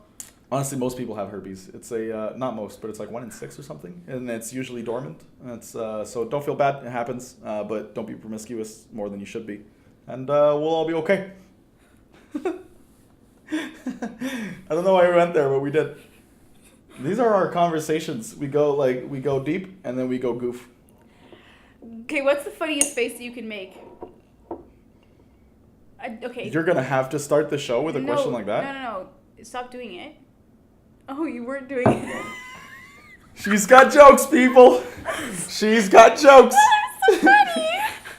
Okay, no, seriously. What's the weirdest? Actually. Yeah. Oh, thought led to another thought, which led to another thought. What's the worst pickup line you've ever used on a girl? Are we gonna go there? That's where we're gonna go. You want me to go? Okay, I feel like we should preface this with my history of ridiculous lines that you know about. I like preface. Sorry. Oh, I get it. Inside jokes, folks. Inside jokes, folks. Oh. Yeah. I have a thing for really, really ridiculously obnoxious jokes. You don't say. Yeah. I would have never guessed. But I love knowing my audience and getting away with it. Oh, okay, yeah. Right? So I think we should preface with the time I've told you about where I said in an interview, "What's your biggest weakness?" With a guy and a girl. You don't remember that story? No, I think it's stupid. It's the best. Oh, such a good joke. I got the job too. Ask me. What's my biggest weakness? What's your biggest strength? Did you just go with it? What's your biggest weakness, Matt? Oh, I don't know. I beat women. And then they both started laughing. And then I got the job and we high-fived and laughed. But then I kept going with no, honestly, what a ridiculous question. Like, oh, I work too hard. I'm too perfectionist. And then I got the job. Well, good for you. Yeah. But if I was interviewing somebody and they said that, I'd be like, you're an insensitive prick. No, your audience. They were ready for that joke, and I nailed it, and I got the job. Good for you. Yes. Okay, so what's your funniest pickup line, Matt? The funniest one. I ended up getting on a, well, like not as of recent, but in my past. It was, I like my jokes the same way I like my women. Do you want to know how I like my jokes? How? I like them easy. It's so awful. How's that a pickup line? It's funny because here's why it's a pickup line. Because you want to meet the bold-ass motherfucker who says something that stupid. You know what? I'm You're going to like, tell you something. why would anyone say that? One of my friends was on Tinder the other day. Yeah. Okay? She's scrolling. And this guy is like the perfect guy. He's so, like, he's tall. He's like, wow. On Tinder. In real life, he's lying about all that shit. Okay, whatever. So let's not check out your profile. I'm kidding. So anyway, like his description's so cute, and then we get to the end and it says, I don't even want to say it. It's Say like it. actually so disgusting. What It's is it? not even worth saying it on a podcast. Wow, you really built it up there. Sorry. Okay, so Awesome. basically it says, I have a big... no, I don't want to say it. What does he have? It's a big a- personality, yes. Julie? Does he have a big personality? Yes. Yeah? No. A big collection? You can of- figure out what he said, but anyway, why do you have to say that? You know, you just ruined it. For me, it was like, For yeah, I sure. would have gone. It wasn't actually me. It was one of my friends, but she would have gone. One of my friends. No, what? I'm not actually on Tinder. Yeah. But Only for your friend. I'm not on it. But But your friend is. Okay. So she was on it. She's like, ew, I would have gone out on a date with this guy, but not anymore. There's no reason to write that. No, none whatsoever. Plus, you're taking away the mystery. Yeah. Yeah, right? I find that... Why are we going into sex talks? Should we Sorry. keep going into sex talks? No. Okay. I agree. Okay, great. Yeah. So the Irish potato famine. No. Let's not go back to the Irish potato famine. No, but It really sucked for their population, so...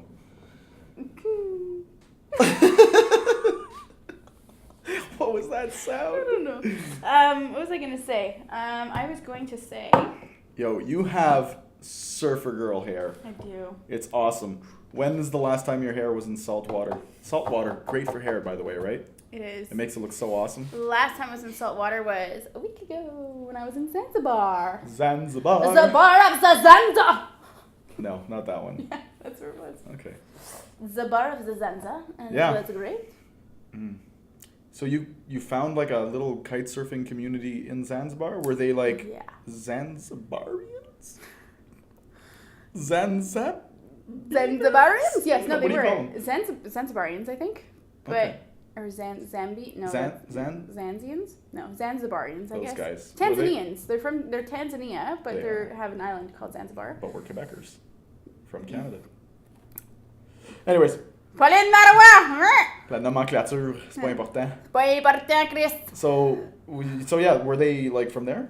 Some of them were, yeah, but That's some cool. of my best friends that I had met in Cabarete, who are kite surfers as well, they got jobs at Zanzibar, No way. or in Zanzibar, I should say, at a kite school. And so it was just sick because You like I'm met in up Kenya. with them? I am like, you know what, I'm going to extend my ticket to go and visit them. And then I was going to go visit my friend Seb. And then my other friend James calls me and he goes, Julie, I just got a job at the kite school too. So it was my friend Seb, James, my friend Marcel, who runs the kite school. And then my other friend Stefano, who was running a kite hostel. Dang, girl. So literally 4 people that I know from Cab were there, plus me. It was like... That must have been friggin' fun. Fate. It was It's so cool. How cool is it? How goddamn cool is it to see your travel friends again? Mm-hmm. It's like, it's such a weird thing. Like, I got a call 2 days ago from Nishi-san, my friend from Japan. Nishi-san. He calls me Mato.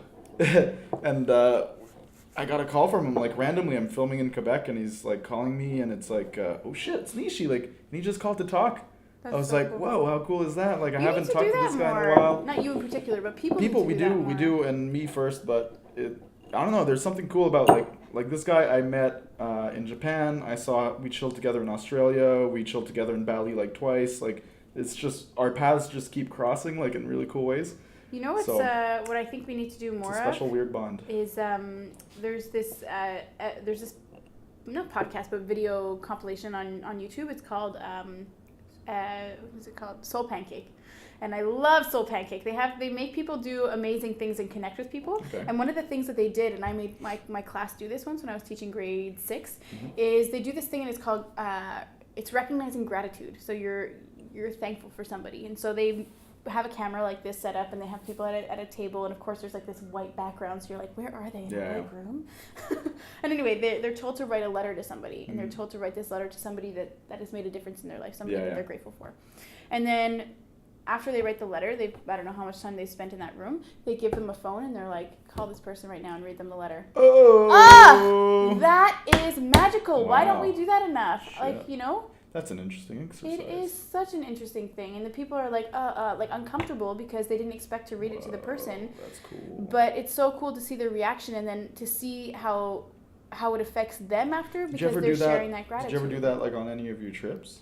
You should do that on one of your trips, because you get these like powerful, weird feelings and emotions. You do that on your trips? I do an exercise on my trip, and it's called Touched. So it's all about how you can touch another human, like in their souls. Okay. And anyway, it's a super powerful exercise that you do at the end of a trip, and essentially you're not looking and you're asking questions. So let's say I say your back is to me, and you're all in a circle, your backs are facing the outside, and let's say there's like beautiful music playing, and I'll tap a few people on the shoulder, and I'll have them enter the middle of the circle with me, and I'll put out a statement. So I'll say, who on this trip influenced you the most? And so these people are walking around the circle and touching the shoulder of somebody. So the other people don't know who. They don't know who's touching. So there's like a sort of safe.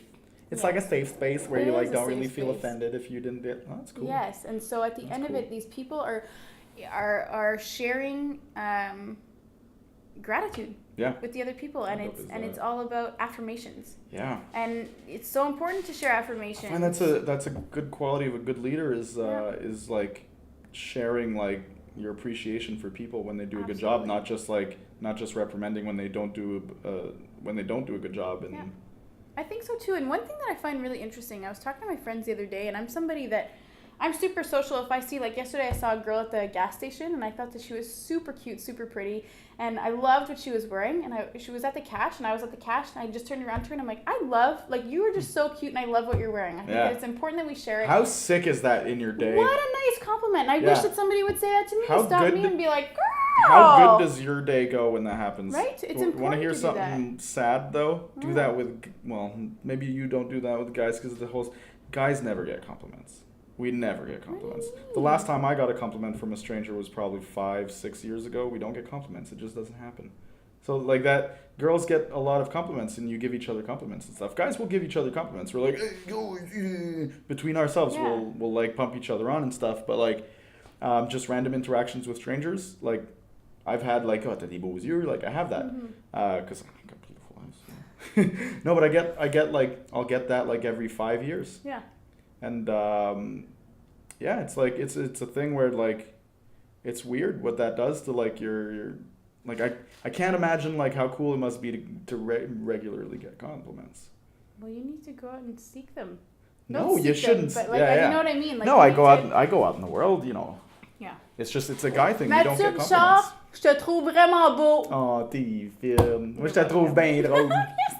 No, I'm not being funny, but yeah, I think you're all right. There is a double standard for sure. Yeah, it's a weird one.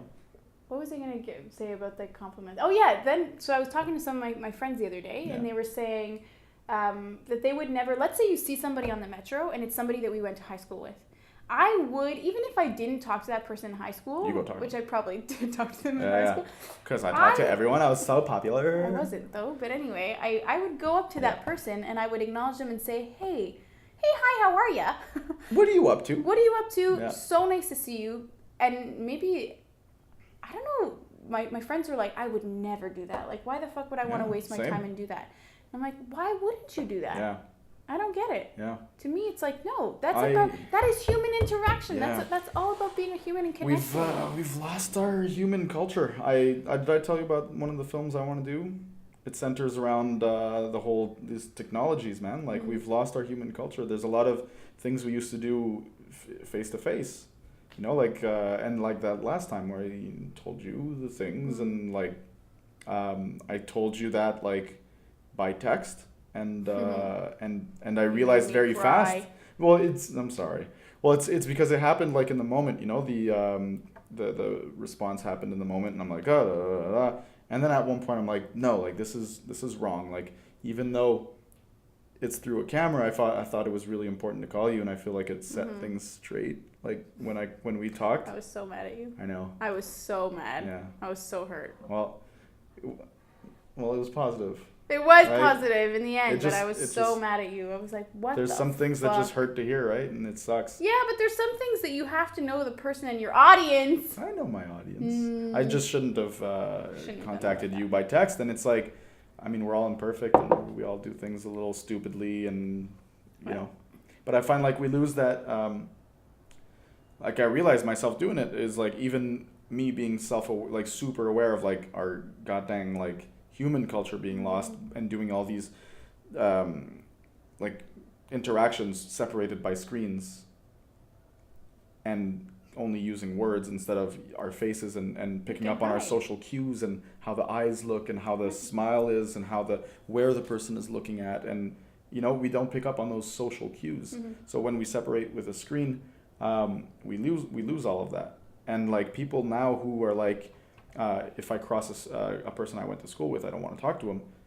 Well, it's because these real world interactions sort of feel like a burden now, because it's way easier to just send a text to a person, right? Yeah. So people feel burdened by calling. They'll feel like it's an intimidating thing to call a person. And like, so the same thing for those social interactions. You're just like too used to doing that simple, easy way out of communicating by text, and not really picking up on all those social cues. Those social cues are now intimidating. Yeah. So we just isolate behind a screen. So garbage. I challenge you, and I challenge everybody listening to this and watching this. thee. I challenge thee to, like, if you see somebody, Yeah. whether it be a random stranger or somebody that you once knew, Yeah. to go up to them and to exercise that lost skill. Totally. I think that is so important, and I think that it's important to even do that with a stranger. Yeah. I love just chatting strangers up. Guys, girls, old people, I'll go to a place, and like instead of just being like, hey, where's that place? Okay, bye. Like I'll just notice something and be like, hey, drop a little compliment, leave. Like I find that's like You're like, compliment me back. but no, it's like I don't know, to me it's a South Shore thing, or just not a city thing. Like I find in the city, you go to a place and it's just like there's so much tension here all the time, and I don't find think it's it's so a South annoying. Shore thing. Not a South Shore thing. I No. just think it's a non-city thing. I find like there's too many people interacting now, and everyone's always on edge and stuff, and it's like I miss that about the région. I think that's a stop, look around, assess, notice, Of course. intention, But the living people in in the moment. cities don't do that. I don't think it's a city thing. I think that people in the cities could do that. But Absolutely. They don't. Why don't they? I think you're generalizing. I think that that's the Of human that you are. course I'm generalizing. Of course. Of course. Not every single Harry, you're a wizard. not every single individual in the city acts like that, of course. Yeah. But it just happens, like those nice little quaint conversations happen so much less in the city, yet there's so much more interactions. So there is something about the city that makes people that way. It's just the constant stress. Yeah. It's the and here's an interesting thing, is that humans for the longest time have evolved to live in packs or tribes of about 60 people. Yeah, So the most people you would know and that you'd socially be able to keep track of, because societies don't live well unless there's a social fabric that's sustainable, right? It on average was 60 for the longest time. And if you look at ape populations, they're, Jane, they tend to be around 60 or something like that. I'm not 100% on the ape science. But basically, we used to know only 60 people. How overwhelming is it for now that we have the internet? We have to keep up with thousands of people. Yeah. And now the city, you're constantly face to face with a new person. Can I trust this person? Who is he? What's he wearing? What does he do? Does this person look trustworthy? Is he going to stab me? Is he going to say hello? So Yeah. you constantly have to evaluate because you don't have any of the social cues Right. and the social hierarchy that says, I know this person, Bob knows this person, we can trust this person because I trust Bob and Bob's never been wrong. So there's a Except that one huge, so there's a huge stress involved with living in these big societies that we're sort of kind of like overlooking maybe. But I think humans, like, we can adapt to that, but like the evolution is going to take a while. And but yeah, I think that's why people in the city are weirder. I think that's why there's less trust, because you're just constantly faced with new people. So you're not going to spend the effort of like, can I trust this person? You're just not going to trust anyone. Okay. Oh, I have a story. Yeah. Go for it. No, it's No? going to lead on a whole other tangent. This one really I'm just out in the city at one point. It's like 11. I'm at a shished out place. My foot is rested on this chair, and this fucking girl, like, I'm like, it's here, and I bring my foot back so the chair moves. I don't notice this girl, but I move the chair. This girl wanted the chair. So she goes, is somebody sitting here, or are you just being a prick? So I answer, actually, my foot was just there and I moved it. And you're being a little bit of a fucking bitch. She's like, oh, I'm sorry. Well, this is Montreal, right? You gotta look out for yourself. I'm like, no, you could try being nice and then, take it from there. And then she goes, I'm sorry. I'm like, it's all good, man. No harm done. Have a good night. But like, what the hell is that? See, that frustrates me because I feel like, I just feel like humans are just becoming so disingenuous. Yeah. Like, what is that? Why would somebody ever respond like that? I don't get that. Well, I mean, Just be nice. your life Be a good experiences human. of Be like who you want to interact with. I just don't get it. Well, life is hard, and you've made a bunch of bad decisions in your life, or you're surrounded by awful people, and something around there happens, and you end up being a shitty person. But you know what, Matt? I have had some pretty shitty things happen to me in my life. Totally. Okay, and I am still so optimistic and still the nicest human that I try to be, okay, that I could ever be, because I would want to be treated how I want to be treated. So I don't get why people like that just pisses me off. But like there's a place I find with that theory, or in your theory of the way of looking at the world, is there would have to be no way to be so downtrodden that you'd be suicidal, or that you would hate the world, or those things happen, right? So yeah. I mean, like, of course, like, we need to seek out to be good individuals and, like, not be these, not have these shitty behaviors and stuff, and the world will be a better place if we do that. But, like, yeah, it's just, like, I find I have a compassion for, even though I call this girl a bitch. Oh, me too. I have a compassion for these people, because it's, like, life is mostly extremely complicated. And if you're just taking the back seat, it gets awful on you. But it's interesting because I've had a lot of my friends, so I've been told before, not by my friends, but by, people in my life, that I'm too optimistic. And they're like, it's exhausting how optimistic you are. And I'm like, if you only knew what happened in my brain, first of all, most of the time. What a bad thing to say to a person. Yeah, it was not, anyway, it was and this not. is coming from a pessimist. Yeah. And that I'm too optimistic, but I think that, like, you need optimistic, shameless idealists in the world, and you need people that are optimistic, because imagine if everybody thought in such a pessimistic way, how, what an awful thing to say to an optimist, like, we are too optimistic. And I've had people tell me too, Julie, like, a lot of the friends that I hang out with, your vibe attracts your tribe. So I feel like I'm very like-minded with the people that I hang out with. And so a lot of my friends were like, Julie, you know that we're like a really rare breed. Like, not a lot of people are like us. Like, yeah, of course. And I was like, no, of course people are like us. What are you talking about? But the more that I talk to people, the more I see that people are uncomfortable with interaction, or more. And that doesn't say that humans are not good. I'm saying that I really genuinely believe that humans are innately good and whatever. But I just think that we're taught to always judge and critique and look at things and be negative. Just like if I were to go on Instagram right now and I see a girl and I'm like, oh yeah, she's pretty, but she has this and she Because has that. that chick gets like 1,000 up likes or upvotes or fucking. Ugh. I don't even want to know what people Yeah. think about me because there's always going to be something that they judge me Always on. gonna be Always haters. going to be something. Do you Oh, ever- she's pretty, but she has this or Do you she's have this. do you have a but couple haters? Did you get a couple bad comments? have what I I've ever had a noticed couple is I with- can't handle people who I judge me. have a lot of successful people around me, which is an interesting thing, and I think we should be surrounding ourselves with that. And but what I've noticed is that, man, anyone who has any form of success, if you know them close, you know their real intentions, and you know what they're doing. People hate on anyone who is remotely successful. People hate on, and it's the jealousy and it's the callousness, and I don't know, it's weird, but like, do anything in life, start moving.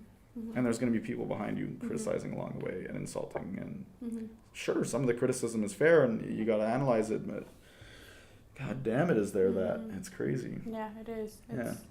I don't know. It's an interesting. I can't handle Conundrum. criticism.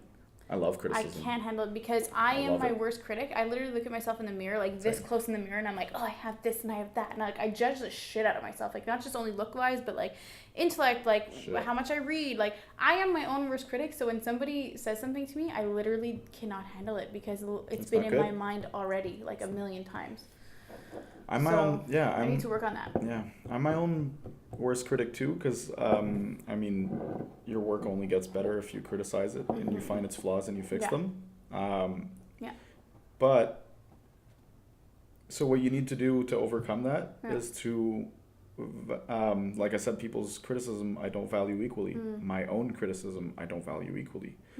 So you have to take out your individual criticisms and analyze, is there a worth to this criticism? Is how much of that criticism is actually right, or how much of it is my sort of self-conscious insecurities, right? So if you think like, I don't know, any given issue, if you think that you have a problem here, I think you need to evaluate, okay, if it is a problem, then there's going to be consequences in my life as a result of that problem. So is it really a problem that I am this way? What are the consequences? And if you can't find any, not much of a problem, right? Yeah. So you're critical of your writing. You're not too confident on your writing. Did you ever get bad notes in school? Did you ever get bad grades? No, you didn't. I got like a low 80 once. I was so, no, you didn't. Fuck off. I had low grades, yeah, in math. Writing, love. No. No. Right? Did you ever get criticism on anything you've written? Like, did you ever get like, oh, maybe the odd spelling mistake? But did you ever get like, oh my god, this is written by like a 2-year-old? No. No? Then fuck that criticism. Right? And do your thing. Because that criticism that you have for yourself is invalid. Yeah. There's no evidence for it. Next. Yeah. Right? That's true. That's true. It's hard because there's so many things you can look at, and you gotta spend your energy in the right places. Yeah. So you have to learn which criticisms should just fuck off, Yeah. and which ones are valid and you should keep.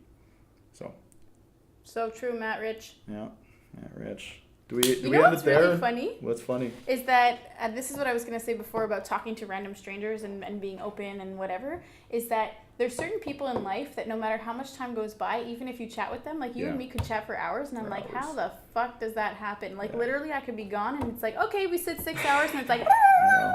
The So- podcast started out of me and you hanging out. Like I got the idea there. Yeah. And you were throwing the idea of a podcast, right? You Yeah, were like, oh, sure, I should yeah. get you on a podcast or something. And I yeah, was the one that started recording, remember? Right. I was like, this is actually really good shit. you should do a collabo if you want me on your stuff, like on your website. I'd gladly help.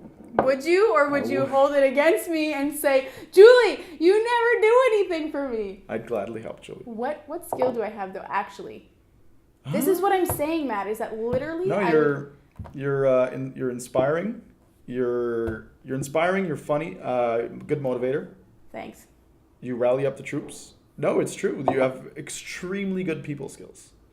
Really? Oh yeah. That's so nice. Thank you. Well, I mean, how did you end up being so like loved by everyone in high school? You have extremely good people skills. With my nice hairless hobbit feet. The ones. The ones. But no, like you have that. I mean, no, you're smart. You're smart. So you're. Super nice. So yeah, there's definitely like the advice you give, I also take. Yeah, but sometimes you gotta filter through advice, like you said. There you go. There you go. There you go. There you go. So you're like Julie Sifter. A Julie Sifter. There you go. We're gonna be rich. I hope. I hope. I've never wanted to be rich. Me neither in my whole life, but now I do. I'm like, you know what? I've got dreams, and they're all good. If I can get rich by doing them, I'm gonna do something positive with my money, and I'm not gonna live in a huge mansion. I'm gonna live poor-ish. And then give. And then just have fun, and then give and give back to my family, all the people who supported me. Like, there's nothing wrong with being rich. I want to get rich. Yeah, I do too. I think that I'm realizing that more and more. Actually, my relationship with money, it was really negative, and it was my ex-partner that I told don't me like that popular view that money is negative. I don't like it. Yeah, I have that totally, because I've seen the people with the least amount of money be the happiest, and I've seen on certain trips that I've led people who are affluent and demand certain things, and you're like, how are you demanding this right now? And you're in the middle of India, and you know that person across the street doesn't have hot water. You don't either. I think it's Warren Buffett who just donated like $3.4 billion to the Bill and Melinda Foundation. Do you know how much fucking progress and lives you can save with $3.4 billion? Like, sure, this guy's a venture capitalist. Ooh, damn, venture capitalists are a bunch of leeches. Sure, a bunch of them are leeches. What we should strive for is not to be a leech. Yeah. But we shouldn't not strive for money. Yeah. Just don't be a leech. Don't be a fucking... There's these... And I found this weird realization that we have... realization, this is a real thing. I didn't realize shit.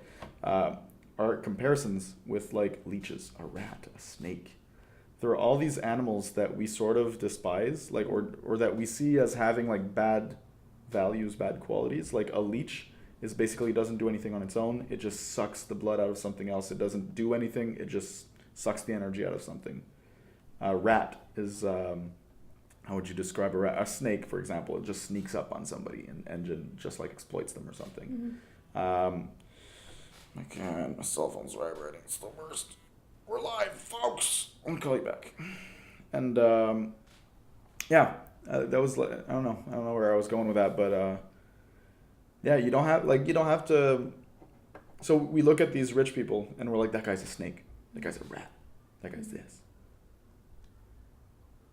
Strive to not be those things. Don't not strive for money. Just strive to. There's so many ethical ways to make money, and not just that, but there's so many good things you can do with money. Yeah. Why is it a bad thing? And wealth is generated. Not it's not a zero-sum game. You create wealth. Yeah.